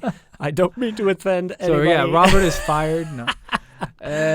Oh my No, god. but yeah, no, you get what I mean. Like I try Yeah. to be creative with my Same. just positive feedback. It makes you stand out too. Like, well, I wouldn't write that. No, I totally Unless get it's it, but- like a close friend. I could write that to you. Yeah. Like, I most definitely will do that. And just at that some point. exact. Exact. thing, Like, paraphrase it 100%.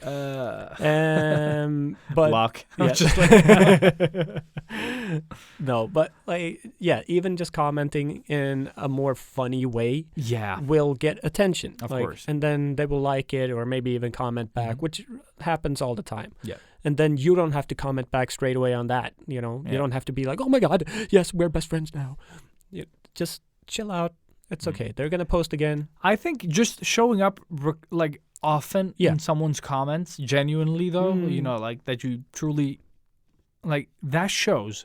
Like, I think I've made a lot of friends on Instagram where they just kept coming back. Yeah. And just like, oh, dude, I really love like how this shit has evolved since you started back on October, blah, blah, blah, last year. And now this year, it's, on another level. Like, they've been following this shit for a year. Yeah. That is like the most beautiful thing ever. Right? That's what I'm talking about. I don't mean that you need to invest a year in every artist that you talk to. But, when you genuinely care about someone's work and it kind of shows in the way that you interact with their stuff. Yeah. Like Bobby said, there is a connection there that you'll appreciate. I love it when I see the same people. I'm like, oh, like that was, I think, the biggest drive during October was Ilias and, Anixen on Instagram and some other artists that were doing it with us. Yeah. And on a daily, we just went to each other's pages and encouraged, each other. And it was, you knew that you weren't alone. And then some other people that were commenting as well, that you were just so happy that they were coming back, and sort of like, it's like, when you run the marathon, people are like standing, exactly, by the finish standing line. there with a water bottle, like, come on. And doing high fives when you run past them and shit. Like, that's what it felt like to me, especially when it was, faces within quotation marks that you knew or recognized. Yeah, it's a beautiful thing. Like when that really, when it works well, it's amazing. Yeah. But there's so many asshats in between that just ruin it for, most of those. Yeah. Like, because when you get that many comments like you do, when you get, or that much activity, you might not see the good comments. You only see the asshat ones. Yep. And most likely, because usually the people that want your attention, they'll like everything I ever posted and leave me scattered comments with like emojis everywhere. So everything that has been posted within, that time or that day, like, gets lost within that. So yeah, it's weird. Yeah. No, it's actually, it's a shame. Like, why? But you know what? Just to a parallel there is like how my mom uses social media. You know what I mean? Very clueless about sort of etiquette and form. Oh, yeah.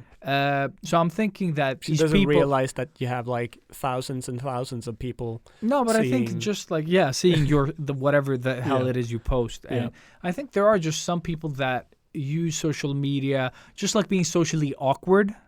It's not something you can sort of like help. Yeah. But some people are like that on social media as well. Yeah.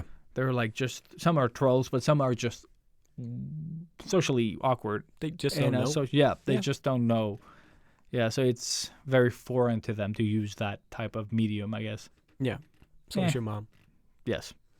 Get him boom. That's so bad. Yes, moving on. Yeah. Fuck it. All right. The last point is never stop learning. Oh, shit. Yeah. Never stop cocaine or never cooking. Stop cocaine or learning. Learning. Yeah. Continuously leveling up. And I love that he phrased it with leveling up as well, because that's how I always see it. Mm-hmm. And that is exactly what it is. And I think as a creative, no matter what type of creative you are, musician, writer, director, artist, anything, if you don't continuously strive to get better or learn more things, quit. Yeah. Do something else. Dig that hole, drop yourself in there, and get somebody to fucking bury you. That's pretty much like what I would do. If I wasn't continuously learning, there would be no point to life. Yeah. Like that's how far I would actually stretch this. Yeah. There is no point to anything if you're not learning. It is life, really, what it is. Even like, well, of course, you get older, it's harder to learn new things and so on. So it takes more time, I guess. He's shaking his head. Like, yes. No. Maybe he just had something in his beard. Yeah. Shake it off. But no, so I'm with him here again. So like, actually, in retrospect now, I think I agree with more than disagree. With the whole, with the things. Everything, But it still made it a topic today. So no, but I agree as well. Like learning for me is super important. Like getting better. Yeah. And for me, I don't actively strive for it in the way that he does with like taking a new course and stuff, which I would like to. And with that said, I did sign up for the writing course, so I am taking action in trying to learn something that I don't know. Yeah. So I take that back, I guess. But it's very inspiring to know that an artist of his caliber that has worked with every big brand that you can dream of and done pretty much everything that at least I have ever dreamt of being a part of, still actively goes out of his way to learn new things. I think that is the most inspiring thing out of this whole episode. But I don't understand how people don't want to. Or, like, because I've worked with a lot of people that they only draw at work. I don't get that. I don't get that either. What the fuck? Crazy people. It's like the people without the hobbies from the last Yeah, episode. exactly. These are other oddballs. Well, and they were like, I draw. I'm creative all day at work. I can't be. No, that's not the same thing. No, at work you're working. Yeah, like exactly. That's not. Like, of course, it's even a creative. if it's fun. Yeah, it's work. Yeah, and it's not your stuff. You're not challenging yourself enough, I say. Like, oh man, yeah, that's not what I feel at work right now. Like everything I do at work is so outside my wheelhouse. But it's still doesn't that fuel you though? Oh, it's the best. Yeah, because I had these. You have these yearly talks at work about your performance, or like what motivates you, your goals. Shit. Yeah, exactly. And he said, like, my boss asked me, like, what drives you and sort of what can, like, how do you feel it's going and, stuff like that. And I was like, money. Yeah, no. But he was like, what motivates you to sort of stay? And I'm like, I get this every day at work. Like, my ideal sort of like where I want to be is to be able to produce a game all by myself. That is my goal. And I'm talking about the graphical part, with animations and software and all that. No coding. Not the programming. Yeah. I don't give a shit. Because otherwise they wouldn't have jobs. Exactly. I was just going to say. But I was just like, my goal is to become this one person, the super artist. Exactly. Yeah. That is my main goal, and then how I reach it is in segments, of course. But the thing I told him, like, at work though, like, I'm thrown stuff, or I choose stuff that I wouldn't normally choose in my private life. Like, I would never draw, pirates or Vikings. Like, they're not within what I enjoy. No. But at work, like, I've taken Genghis Khan, some type of like money frog from China, and built like games around it and made this world with, birds and shit. And it's just stuff I wouldn't normally draw at all. Like, doesn't interest me, but then I kind of am interested apparently because it was a fucking blast.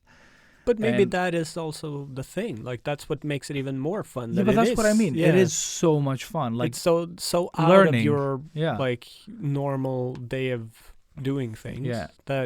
And the fire up the ass. Yeah. Oh yeah. And I have to do it at a level where it looks good. Oh yeah. That is the worst and best about it. Mm-hmm. And it's such a fucking. That's why I right now am focusing on work and not so much about posting on Instagram and feeling good about it. But I mean, it is also work. Like, you need income as well. Oh, like, yeah, definitely. So that's always the fire up the ass. Like, you cannot deliver.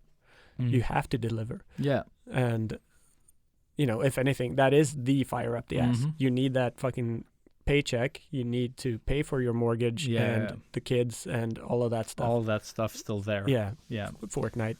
And Fortnite, oh my god. Obviously. Yeah, I have to fix that tonight. Yay. For me. Silver Groot. Silver Groot. Yeah. Slapping. My wife wrote, like, she wants some grit character. Like, she wrote JRYT, like grit. I'm like, that's not his name, but yeah. That's when my wife and me are from, like, different universes. Like, she does not speak the nerd. Because, oh man.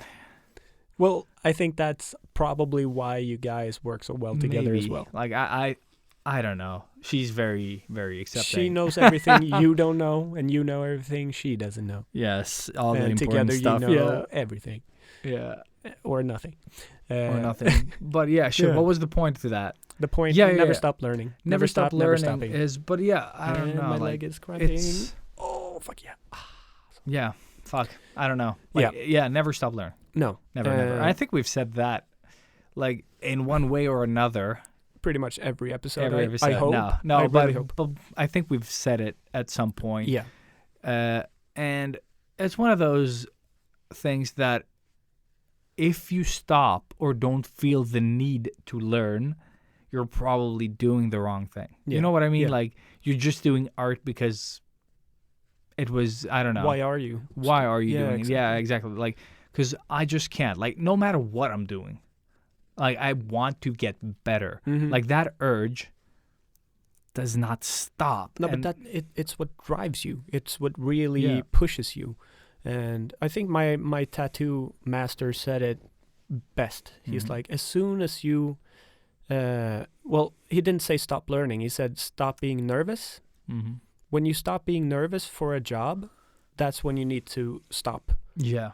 But for me, being nervous is also because I am not sure, like, about things. But that's And the it is thing. learning with Yeah. everything that I do, and of course a lot of other stuff that Mhm. goes into it. But in the base of, like, the core of this, Yeah. that's what it is. But that's And again, it's what drives me. It's that was a why, good thing, though. Like, yeah. when you stop being nervous about the job you're doing, because that's what I hate and love about working with the stuff that I'm doing right now, Yeah, is how I don't know what I'm doing, exactly. but I have to deliver it at a level that is so what feels beyond me at the time. Mm. But then when I get there, I'm like, it wasn't that hard, but it kind of was. You know what I mean? Like, yeah. No, I like- know exactly what you mean. And I've been working at this place for like, 1.5 years now, which Damn. is insane. Yeah.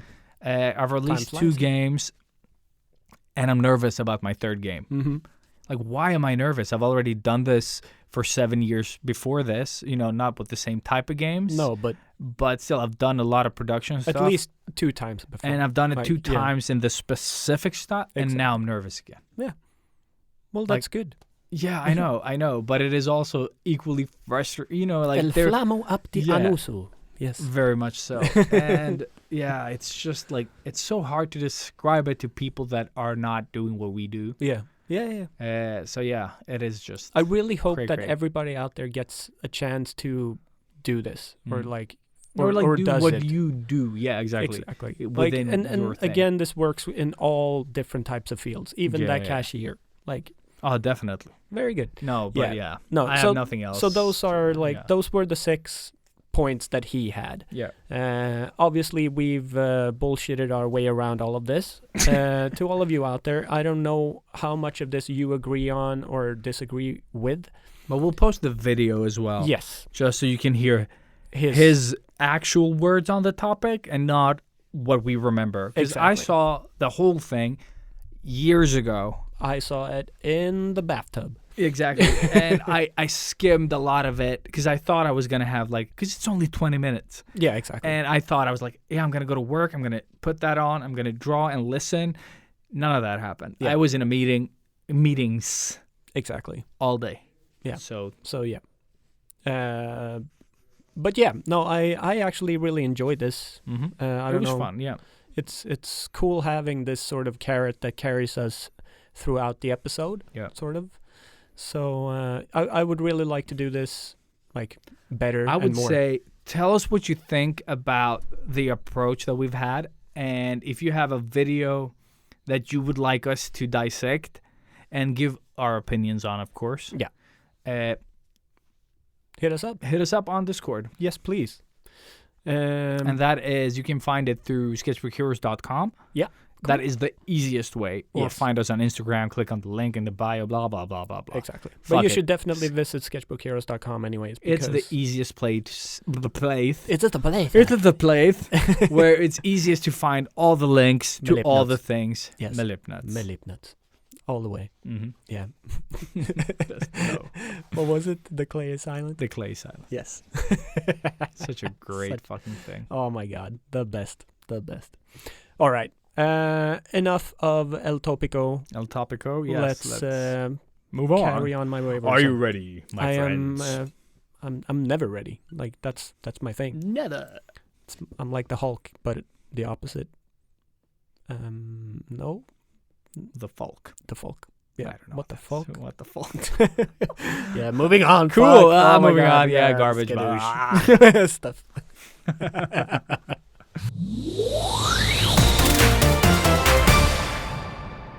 And we're back. And we're back. Welcome to Tools segment. Tools. So, what tools do you have today? I tried carbon ink on my Pilot Parallel pen with the thing that I never remember what it's called. A converter, motherfuckers. Yeah. So check that out. And Check it out. the thing is, the ink isn't as black as the original ink that comes with the Pilot Parallel pen. So big disappointment, or like, can you work with it? It wouldn't really matter since the reason why I want waterproof ink is so that I can paint over it. So I don't really know why I bitch about it not being black enough. But I guess that's because I want to post both versions, and one is sort of lighter. But fuck it, I'm just being a little dork. So, but I mean, you've been using. It does work, but I love the other one so much. Exactly, that's the thing. Yeah. Like, you wouldn't go to a different pizza shop if you know that the other one is better. Yeah, like, you know what I mean? Like, why would you do that? But yeah, Yeah. the other one isn't waterproof though, so you get a smeared pizza if you want to use Robert's reference when you add water. Yeah, Or man. like, because I want to go over it with gouache, but I want the aesthetic below it to be that ink shit. Mm-hmm. Ink shit meaning ink, because that keeps Just the ink. style in, the essence of the style. Yeah, and intact rather than yeah. fucked.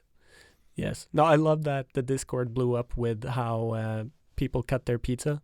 Oh shit! Yeah, I saw that this morning. And, actually, and that is my way of doing it. yeah, eating like, from the middle. I've always been like promoting a fucking that. savage. But that's the thing. No, I do get it. When I saw it, I was like, I see why you hate it because it's weird, but it would save my beard. Yeah. Because you get the pieces when you actually cut them later, or like you don't get all that like. It how doesn't it fall droops, off. It doesn't fall off. No. Exactly. And So like for me, I love. So in Sweden we have pizza salad. So it's like I haven't really found that in any other countries that I've been in, and I love it. Love it so much. So it's also to get the pizza salad in with the pizza. Yeah. So yeah, I cut it up into 8 slices. Eat from the middle out. Always like I don't eat one slice. It's the middle first. Yeah, so yeah, it's like a circle in the middle. Yeah, exactly. So it becomes a donut pizza. And then you just put the salad in there, so it's all in the same place. And then, like the smaller slices, you can just pick them up any which way you want. They're not gonna droop. They're not gonna fuck you over. No, they're just gonna go in your mouth and have a good old time. So tools, eh? Yeah. So yeah. All right, let's. I'll dive into my fucking thing. Do it. So Ilias is gonna quiet now. Yeah, I am so sorry for this ramblings. No, I finally started tattooing the thing. My super secret project. So last week I talked about just the process of getting the goddamn stencil on. But if we have the a thing. new listener, can you just like Go back quickly- to the previous episode. And No. Robert bought these fake skin exactly. papers called Second Skin. No, Second Skin is What the fuck? plastic adhesive. This Oh, is shit. What is this? This is fake skin. Fake skin. Robert bought fake skin. Yeah. So fake skin is something that you can get like your apprentice at the shop Yeah. to practice without hurting people or ruining somebody's life. It's a piece of rubber. Yeah. It's just a piece of rubber that is sort of Simulating skin. exactly. So you have like all of these blemishes and different tones and stuff. It looks like skin. Yeah. It does not feel like skin. I would say it looks like chewed bubble gum spread out, but That that's too kind of yes. when yes. you posted it, I was like bubble gum. Yeah, but it's also because I've used had to redo the stencil so many times. It does have more of the purple tone to hue it. to Okay, it now. Yeah, that's why it looked like bubble So gum. it used to be a lot cleaner. But yeah, so it took me ages to just get the stencil on that I use as a template to tattoo. Almost like painting by numbers, as I like refer to most of the time. And now I finally started tattooing it. And first off, this is the most fun I've had doing any type of art project at home in forever. With that said, this is the most difficult thing I've ever tried to do in my entire life. No joke, people. This is crazy difficult. But at least you chose something simple to draw. Yeah. So if you don't know what I'm doing, it is normally I do poster art. I take one of my favorite movies or something geeky and I make it into a poster and I draw that using Copic markers most of the time or digital sometimes. Now, because of our very, very good friend Orlando, or Mexifunk on Instagram, he just said, why don't you combine tattooing with your poster stuff? Simple as that. It just fucking clicked in my head. He is a genius. Yes, all the cred has to go to him. So I got that second skin, and see, now I called it second skin. Fake skin. God Fake damn skin, it. yeah. Yes. I don't know why. Now I got that fake skin. And so I'm doing one of my normal posters, but with the tattoo machine rather than Copic markers. And it's like the skin is so tough. So I have to work half the speed I'm used to on humans. The good thing is that it's on a flat surface. It's not complaining at any point. I can go as hard as I really want to. At some stages, I can feel the needle hitting the table beneath the thing, because there's a lot of blacks going into this piece. Regarding that, by the way, this, you having to work a bit slower because of the fake skin. Yeah. But does that also allow you to work on details better? Do you know what I mean? Does it lend itself to because I'm thinking that skin has, the flexibility that rubber probably. I would say no. No, fuck. With this, you have to be it's almost like going digital if you're used to working traditionally, where you have, you don't have all of the touch and feel of a normal pen, so you can't fade it in the same way all of this. It's so natural to me to do that on normal skin now, that when I go onto this rubber, piece of rubber, it's the feel is different. Exactly. It doesn't do what I want it to do. Let's just put it that way. Yeah. I feel like I can get more details in there, but then when I wipe it off and see what it is, it's not there. It's like me ending new paper with my ink style. Exactly. So it's almost like, okay, let me put it this way. It's like working on an iPad without pressure sensitivity. I've done that for years. Exactly. It's awesome. Yeah, so you should actually be really good at this.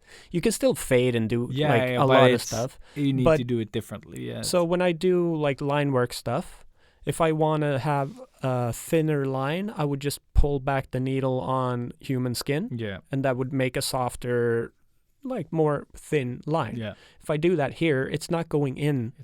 So I need to be I need to bring home my smallest needles, because I thought I'm gonna get away with just working with this size, a size 3. Yeah, exactly. No, so I can't finish the piece because I don't have the materials. Also, I need white ink as well to do stuff. This is a patience thing. Yes. So I actually, I was talking, just sort of had to write Orlando and say that I had started it and show him the process that I showed you. And just say thank you again. But I compared it to, okay, so this is almost like me doing an oil painting, but also having to create the oil paints. That's what it feels like. I am, again, Mariana Trench. I'm just swimming there, looking around. Where the fuck am I? What am I doing? I have no idea. I am terrified. And the slightest little thing I do shows. There is no sort of I can fix that later. Yeah. No, every line I do has to be very thought out and distinct, So it's so terrifying. When you tattoo, can you see the tip of the pen clearly? I pull out the needle kind of far. Yeah. So I let it hang out, as we say. Yeah. And so that way you can see how far you put it in and stuff. And I do that normally as well. But it lends itself to better tattoos, I think, because if you have the needle hanging out a little bit longer, it will go up longer into the tube, and it will pick up more ink. So that's my sort of experience, or the way I see it. If it's not far out enough, you're not going to have enough ink in there. So you're going to have to dip more often. So in that way, it works to my benefit. But Jesus Christ, I thought I was going to be sort of finished with the outlines at least, or the basic stuff within 3-4 hours. I've gone over 8 hours, and I'm not halfway there.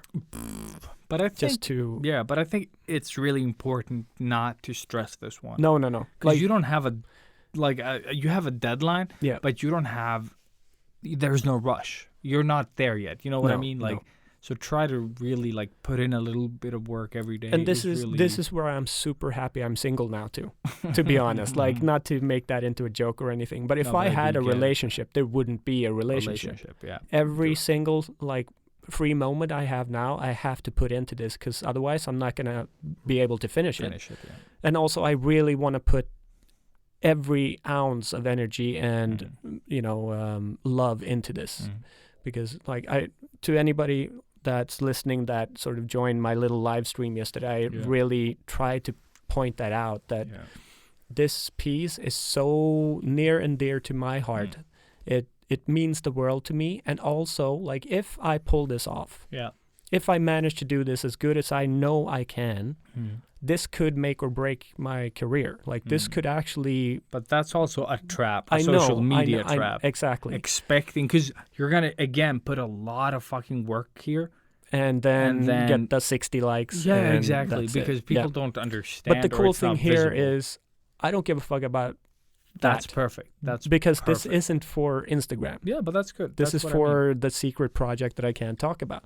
So, like, I have that. That is the carrot. Yeah. And if I do this the right way, and obviously I'm going to tell them that, oh yeah, by the way, this is done with a fucking tattoo machine and needles, not just like it's not a pen. Exactly.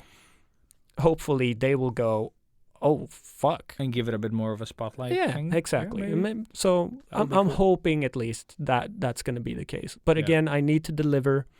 And all that aside, this is the most fun I've had in so long. Like, it feels like something new. This is the Bobby Chiu thing. This is me actively learning something new, even though it is in the realm of what I do every day. But but it's still the way Mexifunk or Orlando said, this is combining all of your interests and loves. And also your sort of like what you've done over the years. Exactly. Separately. Yeah. Yeah. And all of a sudden it just culminates into this. And it's it's really my little baby now. Yeah, and like, you don't have to wait for like some tattoo hungry bastard to come in with your favorite movie and like, oh, I want that on my back. Exactly. Like, you can actually just take that moment, and then the next time when you actually tattoo someone, you'll have all that experience as well to add into and it. That's what I'm thinking of now that I'm working as well, because now that I'm color packing and doing that, I'm like trying different things, and I'm like, ooh, okay, so this actually works pretty good. Oh, I'll remember that for the next time. So I'm learning tattooing better. I am still doing my poster art. It's definitely like, this is the culmination of pop art at every sense of the word. Like, it's a movie reference, it's a poster, it's tattoos, which is pop art. Like, all of these things is pop art. So it's such a cool thing. Dude, you know what I'm looking forward to? When you can just sit there with one of those like markers that you have that you draw on skin with, and then when you just like sketch something up on someone freehand, and then you just tattoo it. Yeah, that's what you do. That's gonna be like that's the goal. Yeah. But that would be so fucking cool. Yeah, I know. That I'm gonna quit art. but yeah. Dude. No, but this is okay. I'm back to kindergarten. Like, this is definitely just not even step one. But that's the cool step thing 0. about, like, now when you go back to kindergarten, as you sort of put it, is how fast you can go, like, you can graduate, though. You know what I mean? Like, you start off, like, really slow and a bit, fumbly, and then suddenly you're like, oh, shit, I'm in 3rd class. Oh, shit, I'm in, like... I'm heading off to college soon, Yeah, exactly. And it's so much faster. It'll still take time. Yeah. But it's not, like when we learned to draw the first time. No. Where it took us fucking 35 years, or 36 even. Now you can learn stuff at a faster rate. Yeah. No, I 100% agree with you. Because you can sort of like, you can identify where you're wasting time and then just not do that. Yeah. You know what I mean? Or exactly. And specific, like, even because I want to learn portrait tattooing so much, this is the best tutor. This is really like because I'm working on an A4 size of skin. Yeah. Uh, And it looks so good already. oh, and thanks, man. And I'm just like, soldiers, vehicles, monsters. Like, what the fuck is this guy on? Like, maybe do like Super Mario, Next just time, that yes. character, super small. No, but just like, it's not something simple, like it's No. not basic shapes or anything. It's a fucking cast. But it you is know what I mean? the same thing that you talked about with Candy Crush and how you have to scale back Yeah. details and like bringing out the very, very essence of, okay, what makes Yeah. this look like this? Yeah, How can I make that in the simplest possible way? yeah. That's what I have to do now. And really But work still keep with it realistic. Exactly. That is insane. Though, Exactly. because I didn't have So to do that. it's it is sweaty. I'm not like there's no lying here. This is the most difficult thing I've ever tried to do. But But you're talking again- about the stencil, just getting the stencil on the paper. Actually, yes, that would also be true. No, but like I probably have somewhere between 40, 50 hours left on this thing with Yeah. without even exaggerating. It's going to take so fucking long to get this the way I want it to be. Mm-hmm. And then I know I'm going to have to sacrifice a lot of details and stuff. Like, I just know I have to. But I because think of that's going to materials, be but- only you noticing because you have a reference in your head. Yeah, And, yeah.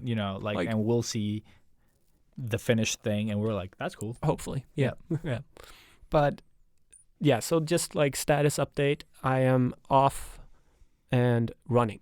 Like, Cool. I'm Awesome. and having so much fun. And I guess to be revealed in the future what it actually is. Yes, yeah. And yeah, so that's going to be like, I think in January is when Yeah. the official thing is.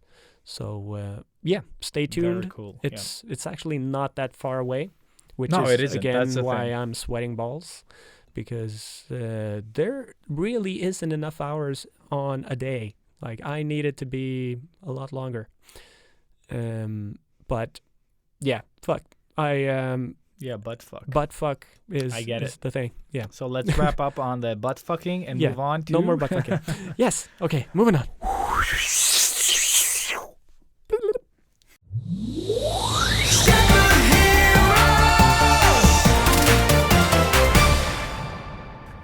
Bleep blop, and we're back.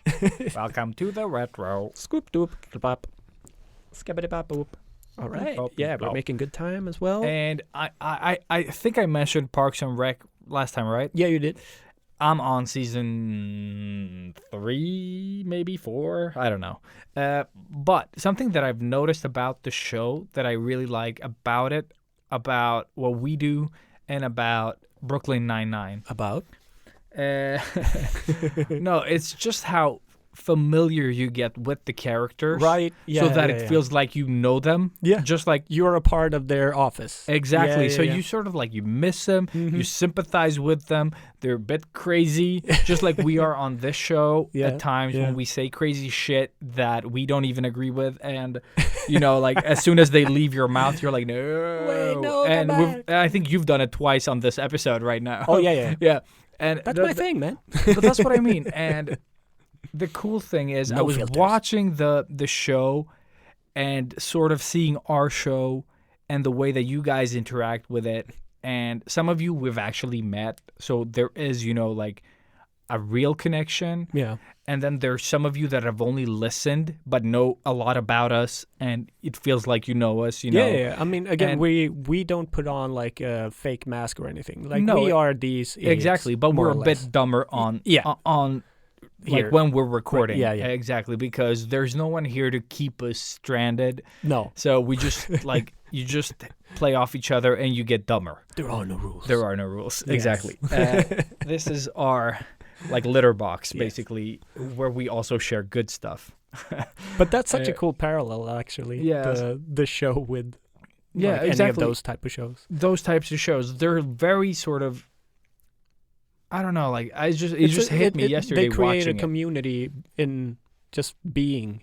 you know. Exactly. And then you have like all the gifts, and all that stuff Mm. around it that even years after the show is over. How fucking awesome is Ron Swanson, though? Oh, so good. He is the best. But he kind of gets better. Yes, he does. Because at first he's just that harsh guy, but then they're like, he's like machete and just like giggles and shit, and he just like, and his reaction to that pony, the little horse, little Sebastian, yeah, that's it. Yes. When he's like all excited about this tiny horse, and oh man, there's just totally like the forgot. characters keep getting better Yeah. in a show where you don't expect them to be anything more than they are in the first season, or like second season. But then you just like, oh wow, this person is like, just you get to know them more, and yeah, it's fucking genius. And same thing with Brooklyn Nine-Nine. Yeah. I just rewatched it. Yeah, I just saw that the 6th season that I didn't end up finishing is coming to wherever it's showing on Netflix or the other one. Oh, okay, yeah. But I was just so happy because I don't want to watch it in bad quality because I really want to enjoy it. Yeah. So I'm super happy that it's actually coming now Sweet. to Sweden. Like too late, but Of course. still coming. super happy. Super happy. Super happy. But yeah, actually, that was a parallel I wanted to draw. Like nice. that you get. I to love that parallel. That was actually, I was not expecting that. Mhm. It almost felt smart in a way. Exactly. So what have you watched? Because I have only seen Parks and Rec, so I can just keep talking about it. And then I've seen Mando, but we'll save Mando for the very, very end for Yes. those nerds. So, I haven't watched that much. Like I said, I've been super, super busy. Mhm. So, I started watching Blacklist. Oh, have shit, you seen that I show? know which show it is. I've seen like a couple of random episodes when I had a TV. It's actually like it's okay. I kind of like it. Mhm. It's very similar to a lot of different shows, which is why I kind of like it. I guess like it's Mm. familiar, Yeah. but it's also like it's very brutal and stuff. So there's But it's something that there. bald guy, right? And Yeah, the exactly. lady with the dark hair that Yeah, somehow they're connected. Things happen. yeah, exactly. Yeah, and he Like, knows everything and the connections. I'm just between waiting for him to say that he's her dad. Like that, it has to. Like it has to be like. Yeah, I them. don't It's know. either me or Darth Vader. Yeah, that's it. So I am watching that, and that's sort of just Mhm. my like, because I have to work all the time. I just put that on and then I sketch for tomorrow or Mhm. the day after and so on. So, but yeah, I am enjoying it. And then I watched the Last Blood Rambo movie. Oh shit! So shit, the yeah. last Rambo, I doubt it's gonna be the last. Yeah, it's not the last. No. I don't think so. There's probably like 2 more around the corner. Or something. Yeah. Like, I definitely saw potential in it. Like, I'm not gonna lie, there was something there. Mhm. But the acting is so bad at so many times that By everyone. by more or less everyone. They have good times, but they have really bad moments as well. You can feel that he still wanted to go back to like the First Blood movie, which is amazing. That movie is like a proper Is that the drama. one with the city when he's When he gets hunted in the forest. And Oh shit! like yeah, that the, is the the sheriffs second are one. after him. Yeah. And then he goes into the city and like and Okay, shoots yeah. stuff. Yeah. He wanted to sort of do that acting, but he's so much into the Expendables and all of these blowing up people that there was a little too much of that. And it is so extremely brutal, like Yeah. very brutal. I can one of the nastiest things that he does is that he like pulls out the collarbone of one of like the baddies because he wants information. Mhm. Like, and you get to see that in detail. So if you are a little bit squeamish, or if you really love that type of thing, this is Thomas. the movie for you. Yeah, Thomas. Thank you, Thomas. Thank you, Tom.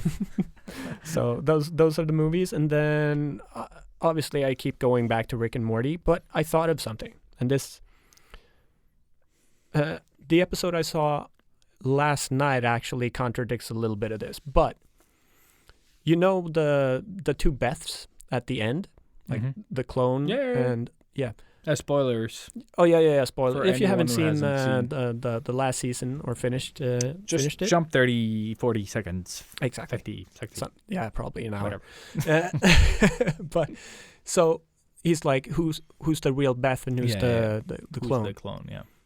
He left his fucking Beth. Like the real Beth isn't that one because they skipped out on their planet. They made their planet into fucking the monsters. The what were they called? I don't remember. the artist, whatever his name was. Fuck. Don't remember. Yeah.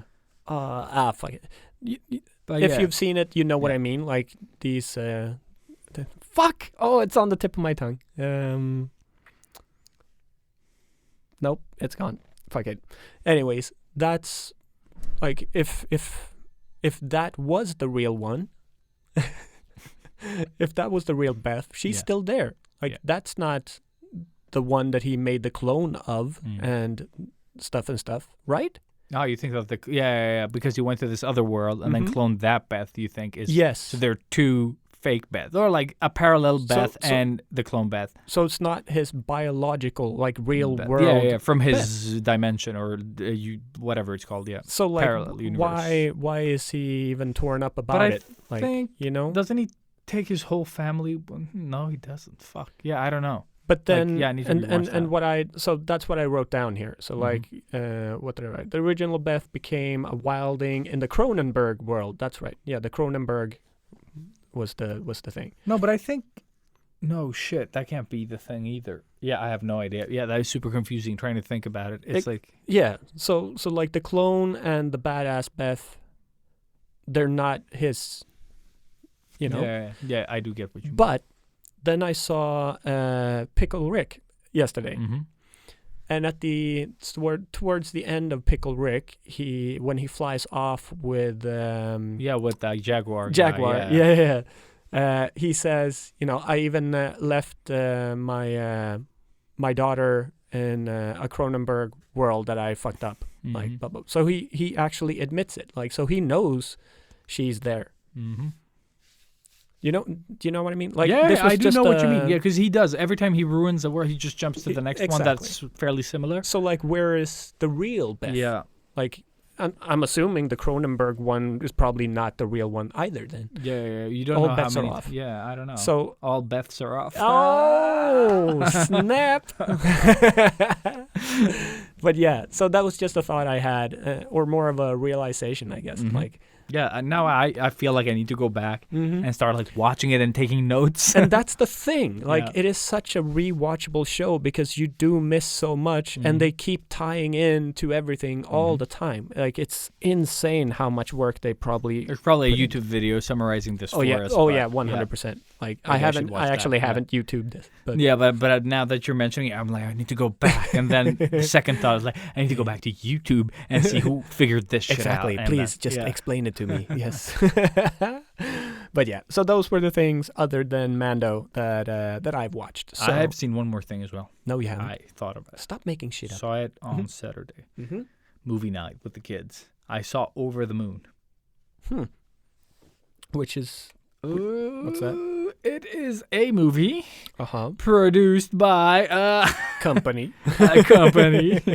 Let's see, Over. Is it a cartoon or 3D animated or like what is it? Yes, it is. And now the fucking thing is playing. God damn it. Yeah. Netflix. It's on Netflix. Okay. Over the Moon. And it's done by, it does not say here, a company. Nice. Glen Keane, a really big name within Disney. Yep. And exactly. Is it Disney, though? I don't think so. But fuck it. I saw it. Yep. And it was, the animation stuff is cool. Like, I kind of enjoyed it. It reminds you, like, the songs when they start singing in the beginning. Oh, it reminds me a lot of, it's a lot of singing. And the songs aren't as catchy as I would like them to be. Well, how can they be? They've done all the good ones. And it was, like, I still enjoyed parts of it, but it's just, I don't know. There's something missing. Yeah. Something feels a bit off. But the artwork is good. What type of animation is it? It's like that 3D. Oh, okay. Like the normal. Yeah. Like Frozen or. Exactly. Okay. But. So then I will like almost immediately say that I'm not interested. Like I'm actually getting kind of sick and tired of that type of 3D I'm trying to see who animation stuff. Pearl Studios, Sony Pictures. Oh, okay. All right. So but Sony normally does Disney, okay stuff. Yeah. And it's not that it's just something about it that feels like artwork and all that. It's good, like there is nothing wrong, but there's just some stuff that just does not it feels false to me somehow. I don't know. Like the songs remind me a bit of Mulan. Okay. Yeah, but But and Mulan not- didn't have like the best But songs. I think it does like- have great songs. Actually, that I've seen it in later days. Oh yeah, that's Like, I think actually the it should be out. By the time this episode I've is heard out, right? terrible things about Yeah, that me one too. as well. Me too. Uh, That's why I want to see it. But- I don't know. Like, it was enjoyable though. Like, it didn't suck. okay. But there was something about it that just didn't like. But get you, to I me, mean, you like- watched it in Swedish, I assume. Yeah, So yeah, yeah. But I do you think I it haven't would have had- helped? No, I don't think so. Okay.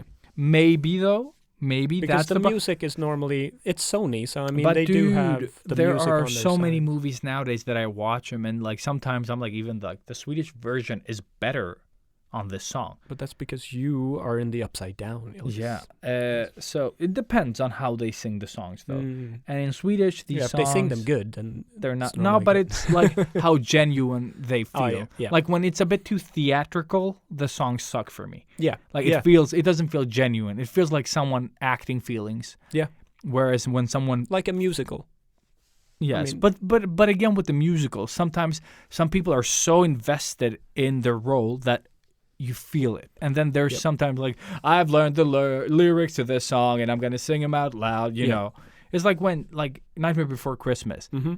Like you It's don't feel like natural. there's someone singing that. You know No. what I mean? You feel Jack. Like when he sings about him being tired Yeah. of the whole Halloween thing and being the Pumpkin King, it's the same shit over and over. And talking about not getting jaded. Yeah.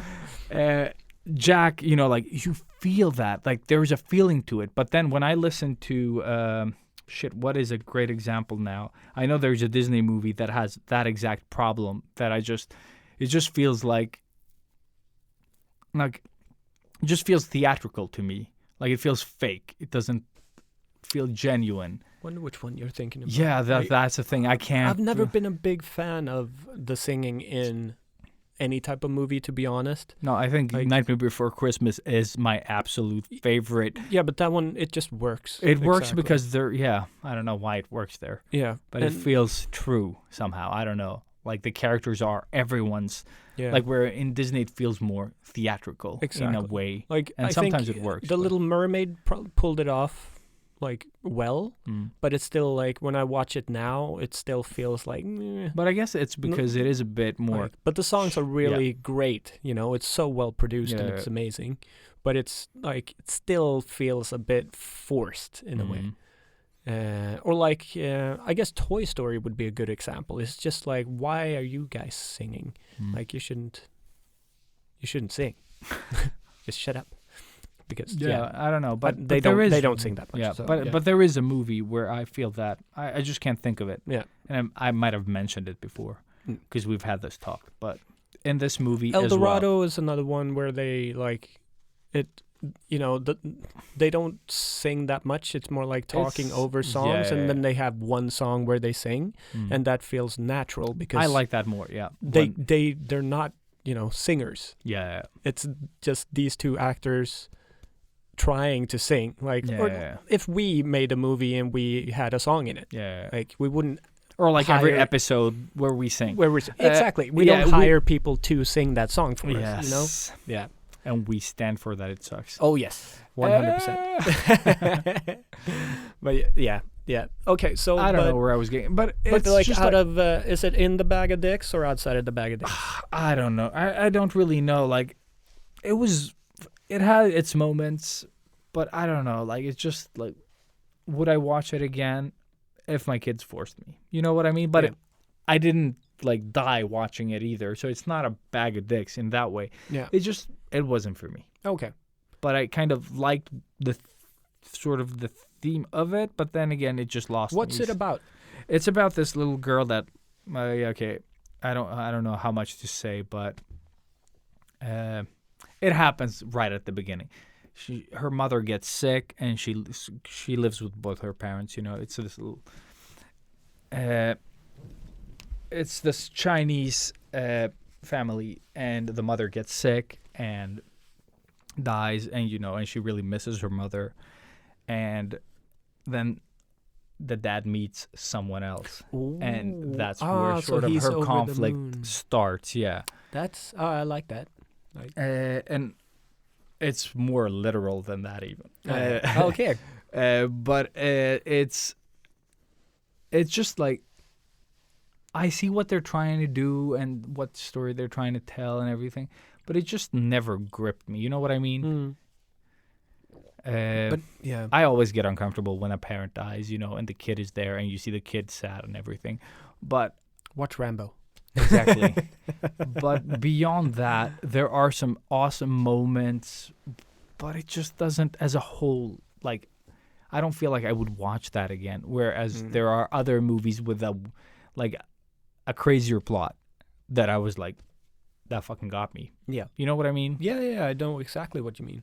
But I'm also so like, that's why I don't rewatch like Dumbo, for example. I could never watch them. No, it's or Bambi. Like, No, I haven't seen because it's Bambi in like- years. it was so traumatic when you saw it as a kid. Mhm. My So daughter it's- doesn't it's want to watch The Lion King for that exact same exactly reason. that. Yeah. No, And I I hold wa- off yeah. from watching that as well. I haven't seen the new live action remake Neither for have I. maybe that reason as well. I just Like, haven't seen not it because trying I'm not to- interested in seeing the same movie. Yeah, but also that you don't No, want to but see it's that. like no, And but they, I've they seen. apparently they put like even more emphasis on it in a way. Yeah. Like they make it even worse, if But that's that's- possible. In my opinion, that's what happens. It's like the Beauty and the Beast movie. It's the Cinderella movie. They're all just watered down crap. Like Yeah. just these movies were so good in their original 2D cartoony shit that Yeah. you didn't have to remake them. No. Like make something that had the potential to be good and sucked. exactly. You know what I mean? Like make a remake out of that. Yeah. Like all the DC movies. You have all these stories and you keep fucking them up. This Start feels- that shit over. This feels like the new Disney. Like Yeah, this just- generation's yeah. Disney is just the watered down version of the Of good, the previous stuff. the they good made, yeah. Disney. They're becoming Greece. They were like, 1,000 years ago, we built really fancy rocks in Athens. And you're like, And everybody yeah, was yeah, like, yeah. "Oh my God, that's amazing! Yeah, exactly. You invented the sewer system? What? Flushing toilets? Yeah, That's and then amazing. like what has Greece done since? You know what I mean? Like Taking money? that type of Opa. No, but I just mean like in general, like you're only as good as your latest work type of thinking, like yeah. you need to keep like learning, evolving, not remaking your old artwork. You know what I mean? Exactly. Bobby Chiu it. Now, I don't know. Like I chew don't it. know where I want to go. Like Yeah. No. Like, the you gotta movies- invest the movie in some- sucks, yeah. and you never want to see it again because sucky songs. No. no, but this movie isn't a remake. That's what yeah. is so good about it as well. Like it's something entirely different. So it gets plus points for that, for sure. Very much so. Yeah. But then again, it's hard to make songs that kind of work. Yeah. But maybe it's better in English. Maybe something gets lost. Yeah. I haven't heard anything about it. Neither have haven't I. even That's the seen it, thing. Like so- no one I know has watched this movie and had opinions, Okay. which is kind of both good and bad. Yeah. Or maybe it's like this pandemic thing, Hmm. where things come out and you watch them whenever and you don't care. Yeah. That's probably Like it. had it been at the cinema, I probably would have gone with my kids and seen it. Yeah. But now that it was there, I was just like, oh, we'll watch it whenever. I don't know. And it was on Nah. Netflix. And it's on Netflix, yeah. Okay. It's probably on Um, Netflix everywhere. I am definitely gonna watch the little teaser trailer thing that they have, and then we'll see. Yeah. But I mean, I'm always interested in seeing new animated stuff. But Mhm. again, like I said, I'm kind of sick of that 3D animated stuff. Like I'm not that, like, it's just that. they do it really well now. Like for Yeah. me, it but I'm doesn't- more excited about the Disney one, the with the shit, what is it called? the jazz musician one. No, not Soul Yeah. something. But the one that's coming next year with that ninja girl. Oh, the one I sent you. Yeah. Yes, that also yeah. Matthias sent me and everyone else that Yeah. like, oh, Good. it's martial arts. Yeah. Ilias will love this. Yeah. That one That looks- I'm more that looks excited cool. about, but I'm also a bit worried. I am that more. it's I'm gonna- actually more worried than excited. Yeah. But Because I really that's- like where it's going, but yeah. I also feel that they're going to keep doing the same stuff that they always do. It's Disney. It's Disney, Yeah. Like But seriously. it's at least something Yeah. different. So, Like, how I Disney. would argue, if anybody out there is like, but Disney's doing Mando, I'm like, no, Jon Favreau is doing Mando. Yep. He is manipulating Disney because that's what he does. Mm. Like, he knows business. He knows, well, he just knows everything. He is, the all-knowing Jon Favreau. I think he is God. Or maybe the Antichrist. I don't know. But yeah, there's a difference between Jon Favreau and Disney. Yeah, He, that's why, like, because he did The Lion King. Did he? Yeah. So Like which one? the crappy remake one. He did the Jungle Book, and I actually enjoyed that one.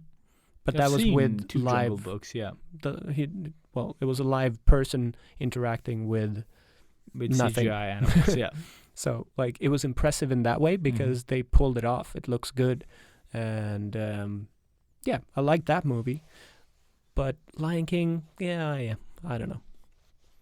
But speaking of, should we jump into it? Yeah, let's do it. Okay, so again, anybody that's not interested in getting Mando episode 13 Spoiled. or chapter 13 Yeah. spoiled like crazy. Like, I am gonna go nuts on Yep. this one. I'm already bubbling. Oh my god. Yeah, Robert has probably watched all the extra YouTube stuff for No, this. I haven't. Not that much. But Not that much, like, just going against everything said in the previous fucking sentence. Oh my god.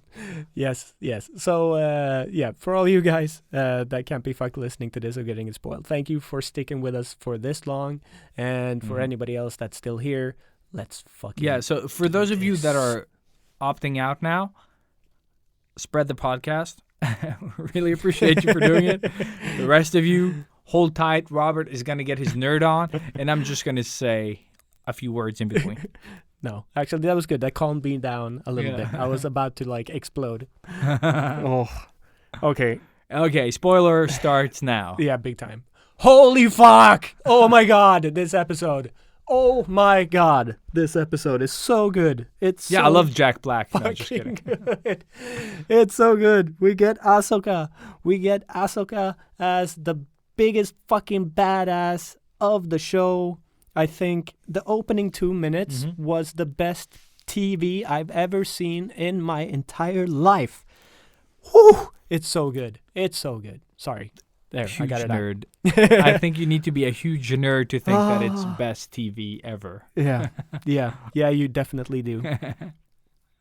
They just nailed it. Like, so obviously Dave Filoni created the Ahsoka character for the Clone Wars series and also Rebels. So if you've seen those shows, then you should definitely be as hype as I am. What I got from my super Star Wars geek friends is that if you don't want to watch like all of it, you only have to watch the last season of Rebels to understand what's going on now in Mando. And like I've said before, the 4 last episodes of the Clone Wars to really understand where she as the character is at right now. Yeah. But in the beginning, when they created her, like, the fans didn't like her at all. And then she became the most popular character. So it's really cool how, like, they managed to make her into the coolest thing. And not giving in. And not giving in, exactly. to It's like, like, no. We She have opinions. Blah, Exactly. blah, blah. And We're they're like- fans. Yeah. And that's why I love Dave Filoni as well. Like, he really is the modern day George Lucas. Like, he knows... Well, he is George Lucas. Let's just put it that way. And he doesn't, like, it doesn't feel watered down. No. The stuff that he does either. So. And with this Super happy. episode, he did not hold back. Yeah. Like, not only did we get her first live action performance made by Rosario Dawson, which I think is perfect, looks exactly like the character. I think a lot of people are a little bit upset that they didn't bring in the voice actor to play from the original. like they did with Bo-Katan, like the Mando girl character or woman, because she voices the character in the show. Like, But I guess also, like, depending on who the voice actor is, it might not be a fit. exactly. With Rosario Dawson, she looks like her even without the makeup. Like, she has the exact bone or facial structure. So when they revealed that, like, years ago, it feels, I was all in straight away. It just looked perfect. But yeah, so not only did we get her first appearance, which was great. Like that opening scene was so great. Yeah, like it was you- nice with the fog lightsabers. and the lightsabers. So And then when the lightsabers go out and She's she gone. starts running, she fades out in Yeah. the mist. Yeah, that was super so cool. dope. Like really to emphasize how badass. Well, she is not a Jedi, by the way. So she dropped out. So But she's force sensitive, sensitive, but she's not a Jedi. Like even she's not a official Jedi. She's exactly. just like some- Grogu is more a Jedi than she is. Yeah, and that is And the that second reveal. exactly. Yeah, because everyone thought this was a Baby Yoda type.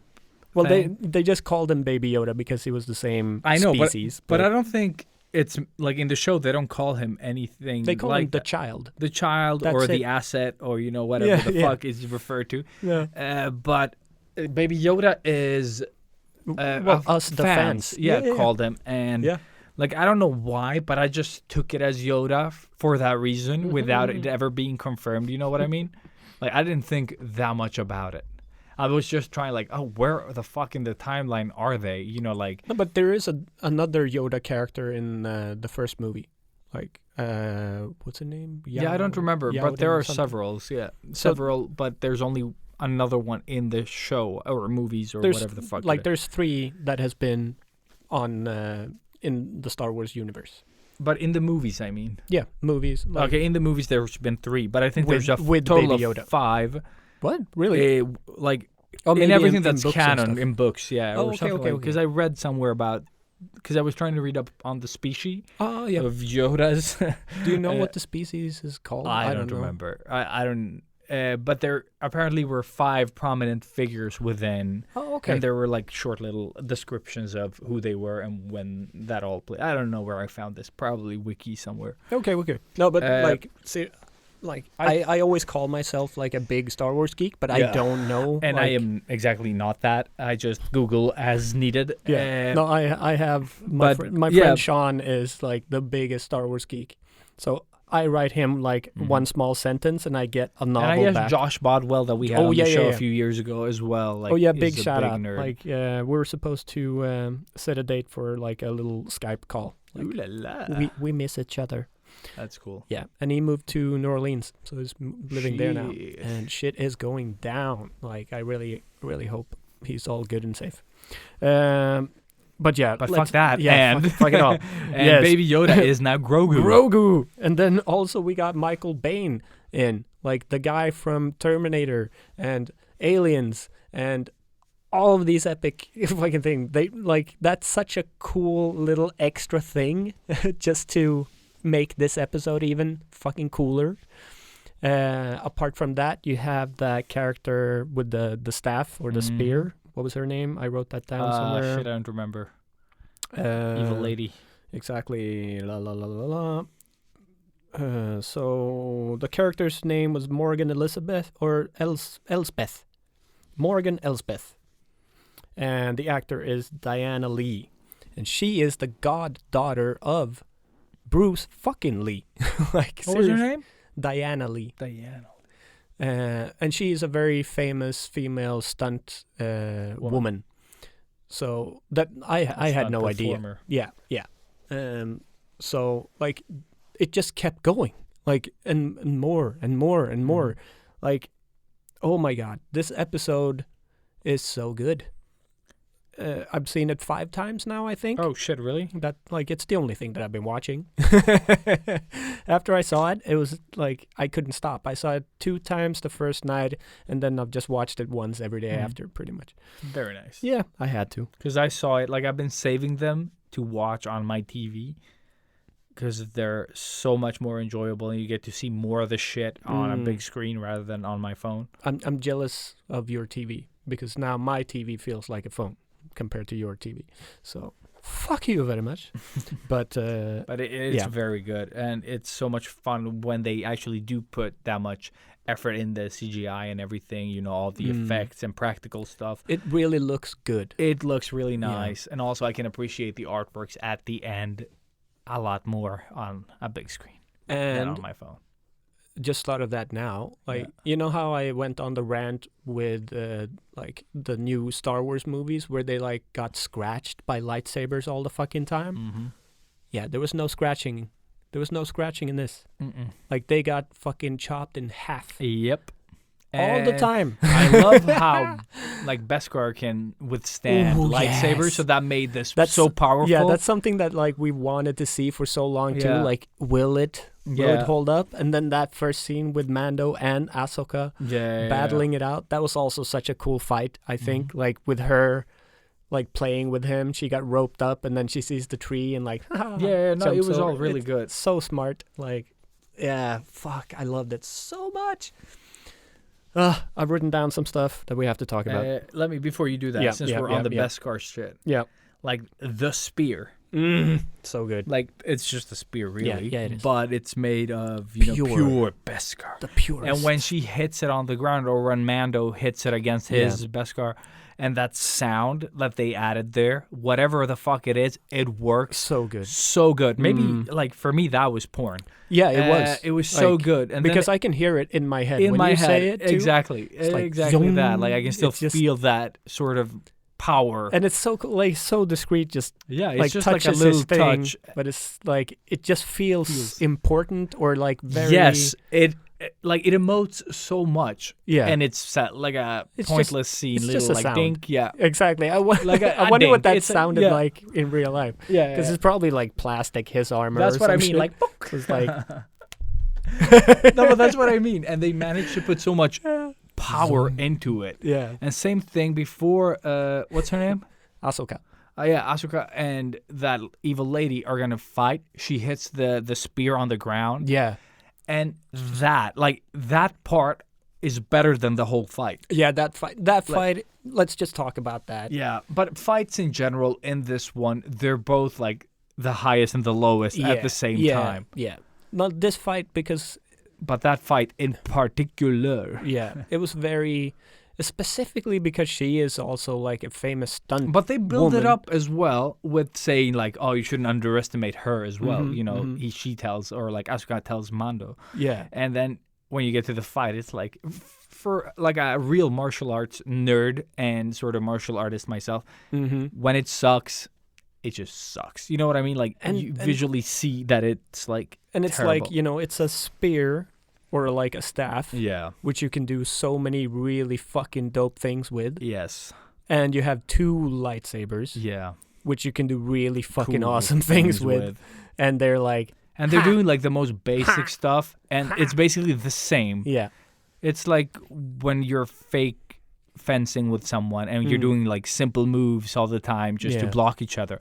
That's what this is. exactly. And then, but in the few YouTube things that I saw, they said that they did that purposefully because they wanted to tie it more into the Obi-Wan Darth Vader fight from the first, like, and that or is the a fourth. mistake.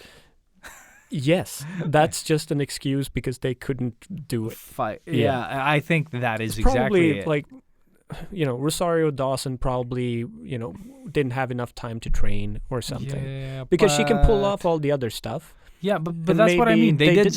maybe they didn't have that written in the first script. Yeah, like that maybe. fight. Maybe they needed to add that into Yeah. like up. But I something. feel that they could have sort of done something, like broken the fight down into parts, yeah, and then or just done make them it like that. into a fast one. Like, it could have been like have her but just fucking own her. or just do it like a samurai thing Yeah. where you draw the blades. There's like chuk, chuk, and then that's over. Yeah, That would have been more powerful than seeing them do that weird thing that Yeah. they did on that epic battleground Like, that they had. we needed to know that the Beskar could block the lightsaber. Yeah. Fine, but you block it once and then she kills you. Like Yeah. seriously, she's got two lightsabers. That's what I mean. Like you Like, could have just it's done the one. She in is dead yeah. from. But it's yeah. it's too So bad because they were that- trying to build a fight where there was no fight. You know what I mean? Like yeah, exactly. like they tried to build suspense, Exactly. but the fighting wasn't good enough, or the choreography wasn't good enough, or they couldn't And pull also, it off. like, Whatever. you wanted to get the Bruce Lee's goddaughter character. You wanted her to die. Like, she is a monster. She's Yeah. enslaving this city Yeah. and torturing people. Like, But you get none of that. You don't no, know what there's no happens. like Yeah. big catharsis. She's just dead. No, but she Kind didn't of. die. You just don't see anything. No, but she did. Yeah, no, she's dead. She didn't chop her. Didn't he? No, she just she loses the spear, and then it just fades out, and then you're back to Mando. Oh my and God. then you never get to see anything about that again. I just fucking assumed she died. Yeah, Holy that's what shit. I mean, and I was like, That's true. no follow up, nothing. Fuck. And with that said, though, it's still a good episode. Yeah. Like that's it's like just- the one bad Yeah, thing. And also like just, I think another really great thing about this episode is that we get Grogu's back. I actually really like that because it makes him more into something. Because before that, he just feels like a dumb baby. You know what I mean? Like, but here you get to know that he is a bit more. Yes, yeah. Like you don't understand why he can't talk properly, you know, or like why he he feels it's more that now you understand that he's faking it. Like he is so much smarter than he plays out to be because he's playing to be this baby. But like we know he is 50 years old or plus 50, and now we get to know that he's been in the Star Wars universe for longer than all of the characters here. Pretty much, he was a small Padawan or like what's the Jedi version of a youngling. Like a Padawan trainee in the first movie, like episode 1 with Qui-Gon Jinn and Darth Maul and all of those. Yeah, what happened? So there that they when they did Order 66, which is when Senator that guy that's dead, and then they made him into Dark Sidious went like just kill all the Jedi. You know, they went and slaughtered. You had Anakin come in before he became Darth Vader. Yeah. Kill all the kids. Like, apparently, so the rumor is, and that's what I've been sort of looking at a bit, is that you have a famous Jedi librarian that supposedly then took Grogu and managed to save him and took him to, you know, somewhere. Wherever, just escaped with him. And then, because she was really old, so then she must have passed somewhere along. And, well, now Grogu is here. But the cool thing there is that Grogu ties in everything. So now we have the prequels that is officially now tied in with Grogu. But you also have, like, we have a very big chance of seeing a young Luke Skywalker come back in some way, shape, or form because he is, like, it's 5 years after the first Death Star. He's alive and he's out, like, searching for Jedi.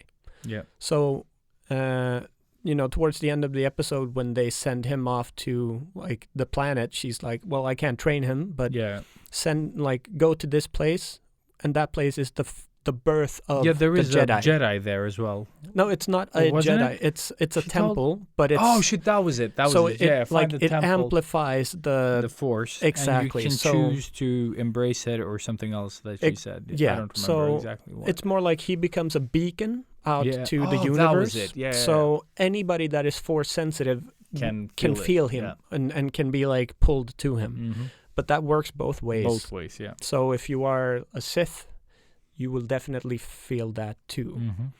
And that's also really cool. But I really like this, that the reason why she doesn't want to train him. She can train him. Yeah. But she doesn't want to because he's been out there. He, like, in the beginning when she's, like, gonna check up on him, she notices that he has, like, what do you call it? Like, a weakness. No, he's just afraid. No, he's been hiding his force. Yeah. He's lost a touch with it a bit because he's been to hide it. to exactly. not be hunted. And he's been hunted for a while. Yeah. So he's, like, become very scared and hidden his powers, which we all know where fear leads. Yes. And that's such a cool thing too. Like, it's when she brings that up because she was there because Darth Vader is her master. Yeah. So she's seen him at his absolute best because in the Clone Wars he's an awesome dude. He's an awesome dude, yeah. And then he's met him as Darth Vader, and then he reveals that he is Anakin. So she knows, and that's also such a deep cut. Good fucking. It's amazing. and we also get fucking Thrawn mentioned. So like we're gonna get oh man, like the biggest baddest fucking general in the Star Wars history is now officially like mentioned, introduced. Yes. So just so I don't get it wrong, but yes, Grand Admiral Thrawn, and he is pretty much like the Emperor, and you have Moff Gideon being his Darth Vader. Like that's sort of the hierarchy. Okay. Like if that's how it works. So we think that Moff Gideon is like the biggest baddie. Yeah. Oh no. Like you've got this guy who is even worse. He's so like because super he has intelligent. A hood. No, just kidding. No, he doesn't have a hood. No, He's very blue. Yeah. Damn, but died. Exactly. Oh, don't. Oh my God. We had a big talk about this on the live stream. But yeah, so he might be played by Benedict Cumberbatch. Ooh, I think that is cool. Cumberbatch at some point slipped something, and now, yeah, just cool. You know, for me, whenever I hit YouTube, there's a picture of him as Thrawn. There you go. Yeah. Oh my God! And speaking of that deep cut with Phantom you guys Menace, say deep cut. yeah, you know what deep cut is? Yeah. Did you look it up? No, I didn't. I just tried. It's the obscure stuff of like an artist. What? Yeah, I think so. Like the less known tracks of like a rap artist or something. I like thought that. it was like when it's something that is so extremely geeky that nobody else knows Yeah, about but it. that's what it is. It's their more obscure works or something like The that. lesser known stuff. Yeah, the Like, lesser known stuff the that didn't only make it. the- Yeah, yeah. it might not like maybe it's not on a CD or something, but it's there, you know. Okay, so And that well, was in it. a way, I'm not wrong, then, I guess. So, but okay, so for the geeks now, then.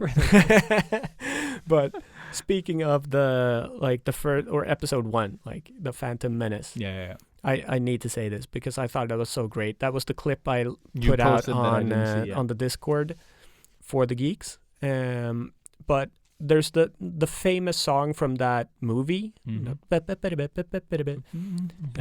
It's called "The Duel of Fates," Mm-hmm. and you know you didn't really think about what that meant. No. Like it was just a really cool name to a good song. Like Yeah. everybody played that song. Even snakes play that song. But what that meant was, you know, when Qui-Gon Jinn and Darth Maul is battling it out towards the end of that movie, the climax, that is really like the duel of fates. Whoever wins there, Yeah. that's which way the fate of Anakin is gonna go. So Qui-Gon Jinn pretty much kidnapped Anakin from his mom and like, well, he's force sensitive. I'm taking him. Yeah. And you know, that's horrible. The But mom dies, right? yeah, Yeah. which is pretty much what, you know, pulls him over the edge big time. Mhm. But you know, Qui-Gon is well, for one, he's Liam Neeson, so you know he's gonna defend you, but or at least take you back Yeah. in some way. No, but so he's the only, you know, sort of, well, he's the father figure. He's the only thing that Anakin has to hold on to, and you know, his safe place. Yeah. Obi-Wan doesn't even want Anakin to come with them. He's like, why the fuck are you taking this kid? Like, almost, he treats him like Jar Jar. They're the same in his eyes. He's like, the fuck? You're bringing this stupid kid? He's so fucking annoying. No, Qui-Gon Jinn's like, I believe in this dude. There is something here. We need to, you know, make him good. And then he fucking dies. Yeah. And Anakin has nothing apart from this douchebag Obi-Wan, who's like, well, you know, I promised him. He promised him I would take care of him. So fuck it. Yeah, I guess I will. And then, you know, towards like throughout Clone Wars and stuff, you get to see how they develop their bond and you know what they do, because they're very, very tight. Which, you know, that's why it's cool to have the Clone Wars to but really Obi-Wan, get that. like, is a brat. when he started off. And then he becomes, the one that we Obi-Wan. Obi-Wan that we respect and love. Exactly. But it's cool to get that journey too. Yeah. But it's so real, like with the clip that I posted on the Discord, you have Dave Filoni really explaining that whole thing that I just said, but in such a great and amazing way. And he keeps going, by the way, where he ties it into everything and also the core of Star Wars, which is the basic, like the most basic of stories, really, but just filled out with all of this extra cool fluff of Star Wars. But it is just a kid needing a father. Yeah. And how that sort of goes full circle with Luke and Darth Vader, where Darth Vader chooses to become a good father at the very end of his life, rather than the ruler of the universe. He says, "Fuck this power. I want to save my kid. Like I love my son, or this is my time to make one right thing out of all this shit." That's such a beautiful thing. Like when you really, of course, it's a stupid thing. Like when you really look at it from outside and not being a geek, it's just stupid. Yeah. People with laser swords. But when you go in that deep, it's so beautiful. And that really, like when I watched it, it really moved me. And I'm really, because me and my dad has always had like a very weird relationship. So dads and sons, it's always something that touches me very deeply. And it just made it even better, when that dropped, bang, my fucking heart exploded and brain. It's so cool. So not only the best fucking song of the Star Wars thing, but that specific meaning of that song and that battle, which is also one of the cooler ones. So amazing. Like just to very, very much geek out of this stuff. But it doesn't end there though. No. When you said full circle, it's actually full circle with this movie. Oh yeah. Because at the very end, she says that Grogu has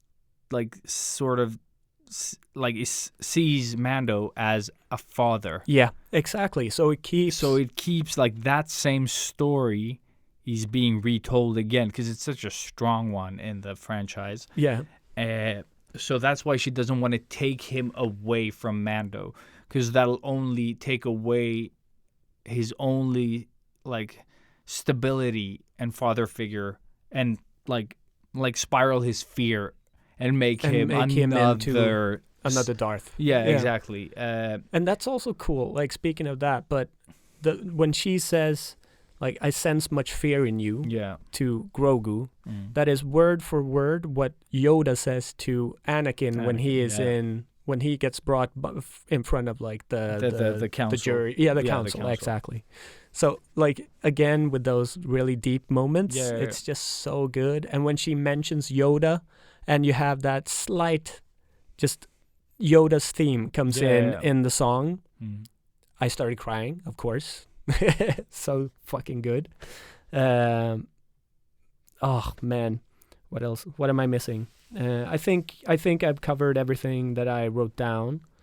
And Tython is the planet that they're going to, and it is the birthplace of the Jedi. Cool. So that's where it all began.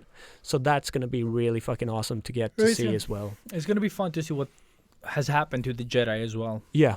Because they're all so dead and scattered. Exactly. Dead and scattered. And that's why Rebels is good, because it continues that. Like, so you get to follow like what it's like to be a Jedi that's hunted, rather than just being a Jedi. So no, I'm gonna try to watch at least the last season of Rebels, even though I really hate the animation form. I think it gets better towards the end, so we'll see. But there's a lot of cool stuff happening in that. You get like the end of Darth Maul for real, because he comes back. And it's I think it's we're talking spoilers here, so we're spoiling a lot of stuff. It's fine. But it's a duel between Obi-Wan and Darth Maul. like a proper duel. Oh shit! Like a Like a again, yeah, revenge samurai, time, motherfucker. exactly. Like it's payback time. So you get that, and you get all of the Mandalorian history with the Darksaber and all of that stuff. Like there's a lot of good stuff. Maybe the coolest thing to come out of Star Wars. Yeah, like that. No, it still is. It still is one So of the cool. coolest fucking things.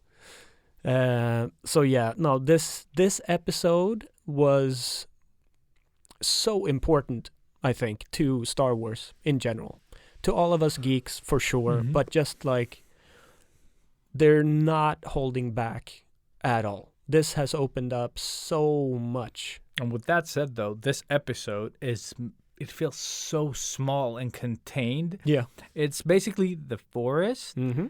outside of the gates, inside of the town. That's it.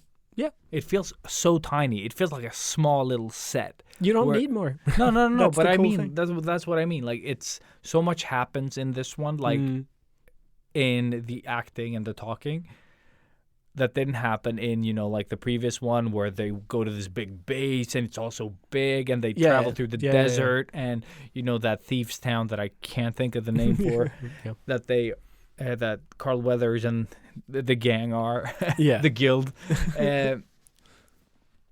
That setting, like that thing that happens in that episode, it's all so much bigger, but you just get like one little thing from that. But this one was so contained, so small. It was the total opposite. Yeah, exactly. But you got so much out of this little sort of like set. Yeah.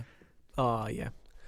Fuck. Because that's what I missed in that one. Like so much happened, but nothing happened. You know what I mean? Exactly. And in this one, it was also little. Like the definition of a filler. Yeah, the previous exactly. one. Yeah, exactly that. And then this one was so contained and so small and tiny in every way, except that it took this whole story to another level. And so well balanced story-wise as well. Like there was not a moment where you felt like a dip or anything like that. No, it just no. works. It's so like... This was actually... I felt that this episode just like... I was like, it's over? Yeah, that's why I've seen it so many times too, because it's just like... Because they felt so long up to this point. Yeah. But this one, it's just like... I was like... I was watching... Like I watched Parks and Recs, and then I was just like, okay, now when this episode ends, I'm going to go downstairs and I'm going to watch Mando. And Mando felt like a short, like Parks and Rec episode. Yeah. I was like, wait, what just happened? did I miss something? Yeah. Yeah. It felt too short, but not. But now I have to go back and watch, like, did she die or did she not fucking die? There you go. I don't think she dies. Like, I'm almost 100%. Fuck, I was sure she died. No, I think it's just like... But you're right. You don't see the body. You don't see, like, you don't see any follow-up. You don't see her slashing at her or anything. She just tosses the She gets like, the spear. Beskar spear out of her hands. Exactly. And she then just she goes holds, close. vroom, Yeah, exactly. And that, tell me where Thrawn is. Exactly. That's where it ends. That's right. That's right. it. That's right.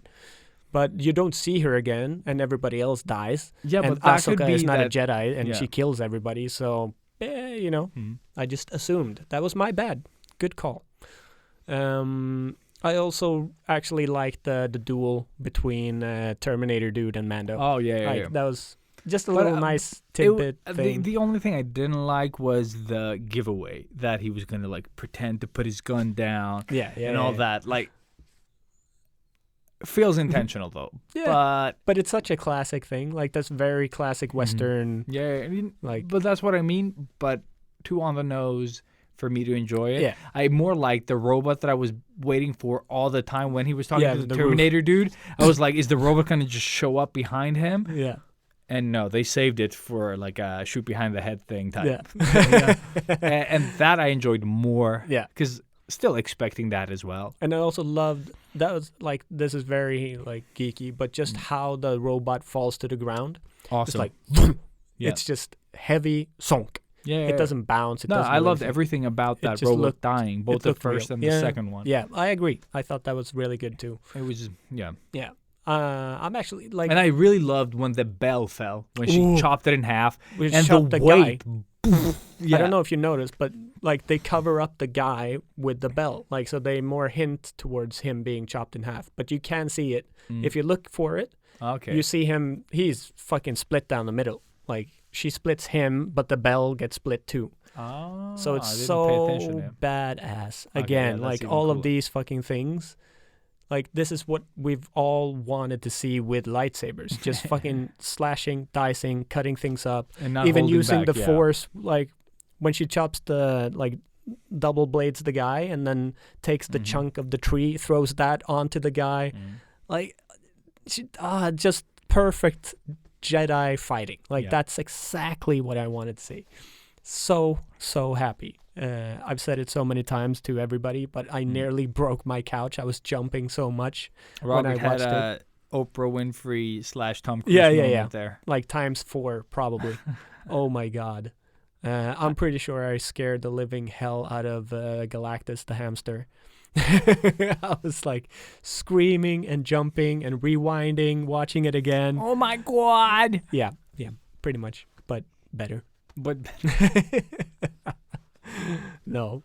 So happy. The shitty thing now is that nothing is going to be this good again. oh shit, next Like, one is probably a filler. How are they going to top this? But they can't do a filler now because there are no episodes to fill. You know what I mean? Like, Yeah, exactly. because this was What is the it, 3 more? Is that it? 3 more, I think. Yeah, because we have 13. 9, 10. Yeah, exactly. 9, 10 Yeah. plus the 3 that we got. Exactly. So there's 3 left. Yeah. Holy shit.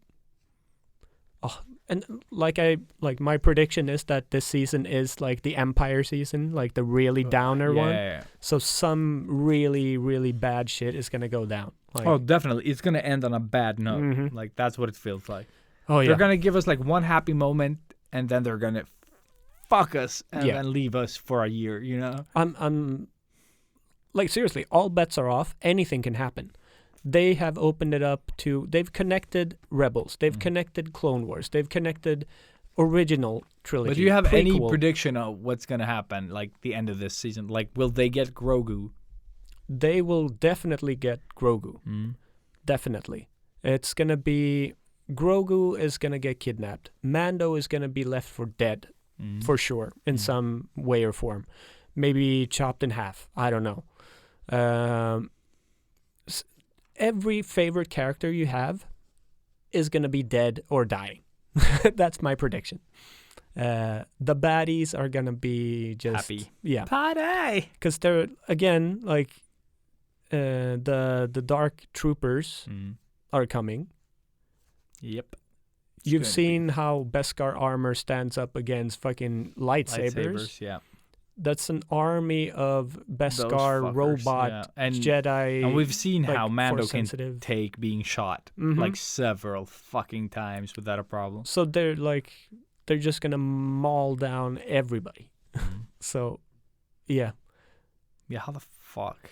it's kind of impossible to predict anything, to be honest. Like, this is gonna be like the Game of Thrones Red Wedding. Unless they can Jedi them, you know, like break them. Yeah, 'Cause I've never seen anyone do that. This is something that I want. Like, Yeah. it's not a prediction, more of a hope. But that Mace Windu is gonna come back, like Samuel L. Jackson, Mhm. because he's been talking about like he wanted to come back, and you didn't see him die. He just fell out the window. And if you've seen the first sort of 2D animated cartoon version of the Clone Wars, that you can find that on YouTube, it's out there. You have this really epic scene where Mace Windu just slaughters a full robot army alone. It's so well made. It's by Samurai Jack dude. Oh shit. That type of Yeah. animation, and like he's done it. So it's like it again. That's also kind of similar to the way I reacted to the Ahsoka reveal, in ways of that's how you fight with the Force. Like he is so badass, and just like you said, he does the Chronicle The thing. Chronicle, He yeah, just where like you just- crushes robots like That's nothing. something that has bothered me with the Jedi a lot. Like even Darth Vader, Mm-hmm. that does the chokey choke, doesn't just crush him like ants. You know what I mean? Like, Yeah, and I do Because get he- it. You need to sort of like, it's probably very difficult, but but then Yeah. again, if Yoda can lift the plane, you yeah, know, I was just gonna and say. Like, they could probably squash a couple of bugs. oh yeah, for sure. So the way that they like, okay, the good guys, okay, they don't want to squash everyone like bugs, but the bad guys, Squanchy! yeah. But I'm thinking that the bad guys though Mm-hmm. wouldn't have that same sort of give a fuck. They would just like, Yeah. No, of course. Just like, Yeah. it would be just fucking. I mean, I would, of course. But that's what I mean. If I didn't give a shit. Yeah. I would just squish everybody. And just before we wrap this up, like Darth Maul, Mm-hmm. does he ever use the Force, like flicking objects and shit? I don't remember. Like, it's been so long since I saw them. But what has he done Force-wise? He pulls down a full ship. With the Force? Yeah. Yeah. Okay, yeah. So he could never squish anyone. Was it? No, maybe that was. I don't remember. That's the thing. Yeah, I remember the fighting and the kung fu sort of. Because he stuff does that a lot. He has a full arc in the Clone Wars, and also in Rebels that I haven't seen. But in the movies, in the movies he moves stuff like he trash bins and shit, like garbage. No, but like. In that Duel of Fates, like when they're moving around, he uses the Force to open up a door. Like he flicks something onto a door switch, like zoom tunk, just to always, like he's continuously blocking, but he needs to move. Mm-hmm. So just to open a new door, he does that. Like I think that's pretty much the only thing. Force thing he does. because he doesn't feel like he uses the Force. He jumps a little higher. Yeah, like, I mean he doesn't do like the Kylo Ren awesome thing. Like, that is still best thing in Star Wars. Best scene in Star Wars for sure. Yeah. For sure. The tension there. Yeah, but we talked about that last time. Yeah, exactly. So fuck that. Super geeks. Yeah. Yeah, I needed to geek out over this. So thank you so much for letting me just scream into the microphone. So this short episode is brought to you by Mando. Yeah. No. Yeah. Well, we haven't talked any homework or anything. I think maybe let's see From Dusk Till Dawn next episode. Should we do let's that? do that. Yeah. I really want to see this movie. I don't think it's gonna fit the standards of 2020 No, not and at all. everything politically correct. You can just forget it because I already remember a lot. Black pussy, yellow pussy. Exactly, that's not great. Apple pie pussy. But I still want to see it because I remember this movie fondly. Not for that scene, but and it's the opening scene almost. Like not exactly, but close. It's early the turning point for sure. Yeah. So I'm really excited to see how this movie doesn't hold up, but kind of does. Yeah, it's still Tarantino That's what I mean. and Rodriguez. Yeah. Like it's such a cool thing. But I think it's a Rodriguez movie though. Yeah, it like, is. It is. But yeah. Tarantino helped write it, And he's in it. and he's in it. So it's pretty much like you and me made a movie together. Yeah. Like that's what it feels like. But it's exciting. I really want to see it because I remember I liked a lot about it. But then again, will you now? yeah, exactly. We're a bit different from the kids we were back then. That movie made tribals popular, by the way. Oh, George Clooney's Tribal made. I remember made thinking everybody it was super, want. Yeah, me the too. neck tattoo specifically Exactly. was what made was brought back or made popular at least. Yeah, it sold it for sure. Yeah. Yeah. Fuck. Yeah. There's probably a lot of 90s things, or it was 90s or early 2000s? Somewhere around there. Yeah, I don't know, to be honest. I think it's still 90s. It is 90s, Yeah, right? yeah. It feels wrong in Probably that kind of way. 97, 98, Dusk somewhere there. Till dawn. It's probably just have the 2001, year. just to be a fucking... Yeah. Oh, no. Shit. 96? Ooh. What? There we go. But 95 was Lion King. Oh, man. Holy shit. We saw this movie after Lion King? What? Like, we were that young? Dude, maybe in Sweden it came later or something, because this makes no sense to me. It's the same thing that... I mean, we didn't see it at the cinema, so we saw it No, when it this came one out. we didn't. Yeah, exactly. But So, still, half a We year saw later it probably or something. 97 then. Yeah, maybe that makes more So it's sense. still, yeah. So kind of good Still prediction. weird. Then. Yeah. Nice. But fuck. Yeah. So butt weird fuck.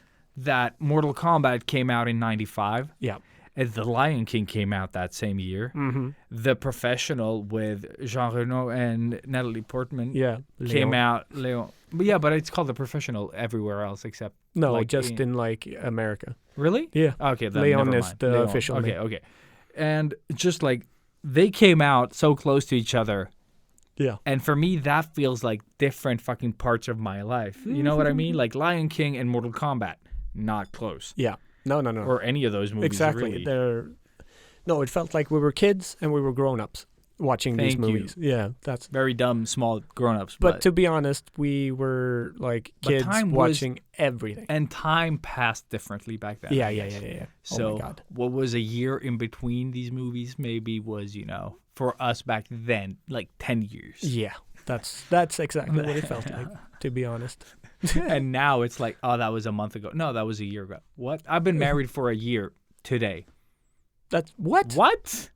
What is your anniversary today? Yeah, Holy I had shit. no idea. Dude, you should fucking have that wine. Bring that home with you. Oh my God.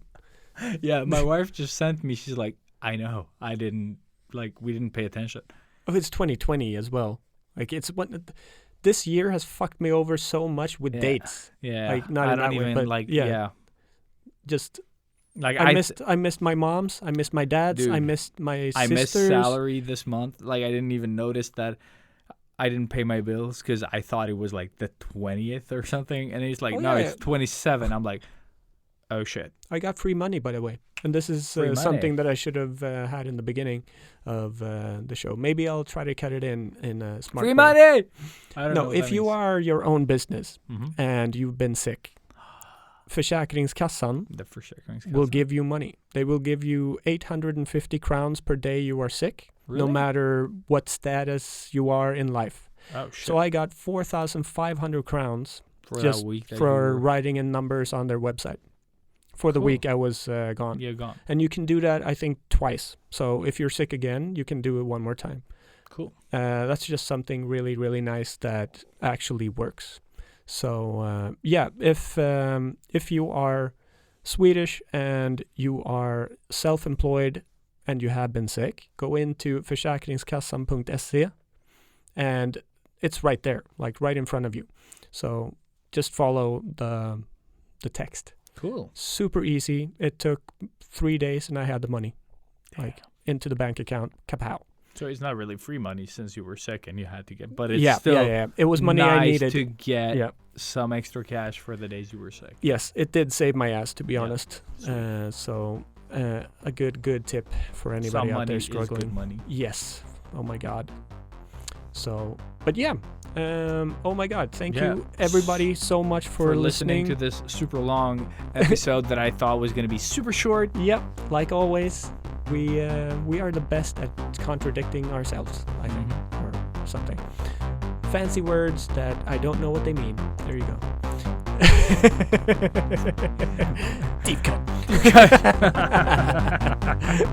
Yeah. Thank you guys again. And the music is coming. It's getting louder. You can't hear what the fuck I'm saying anymore. So, Catch your heroes!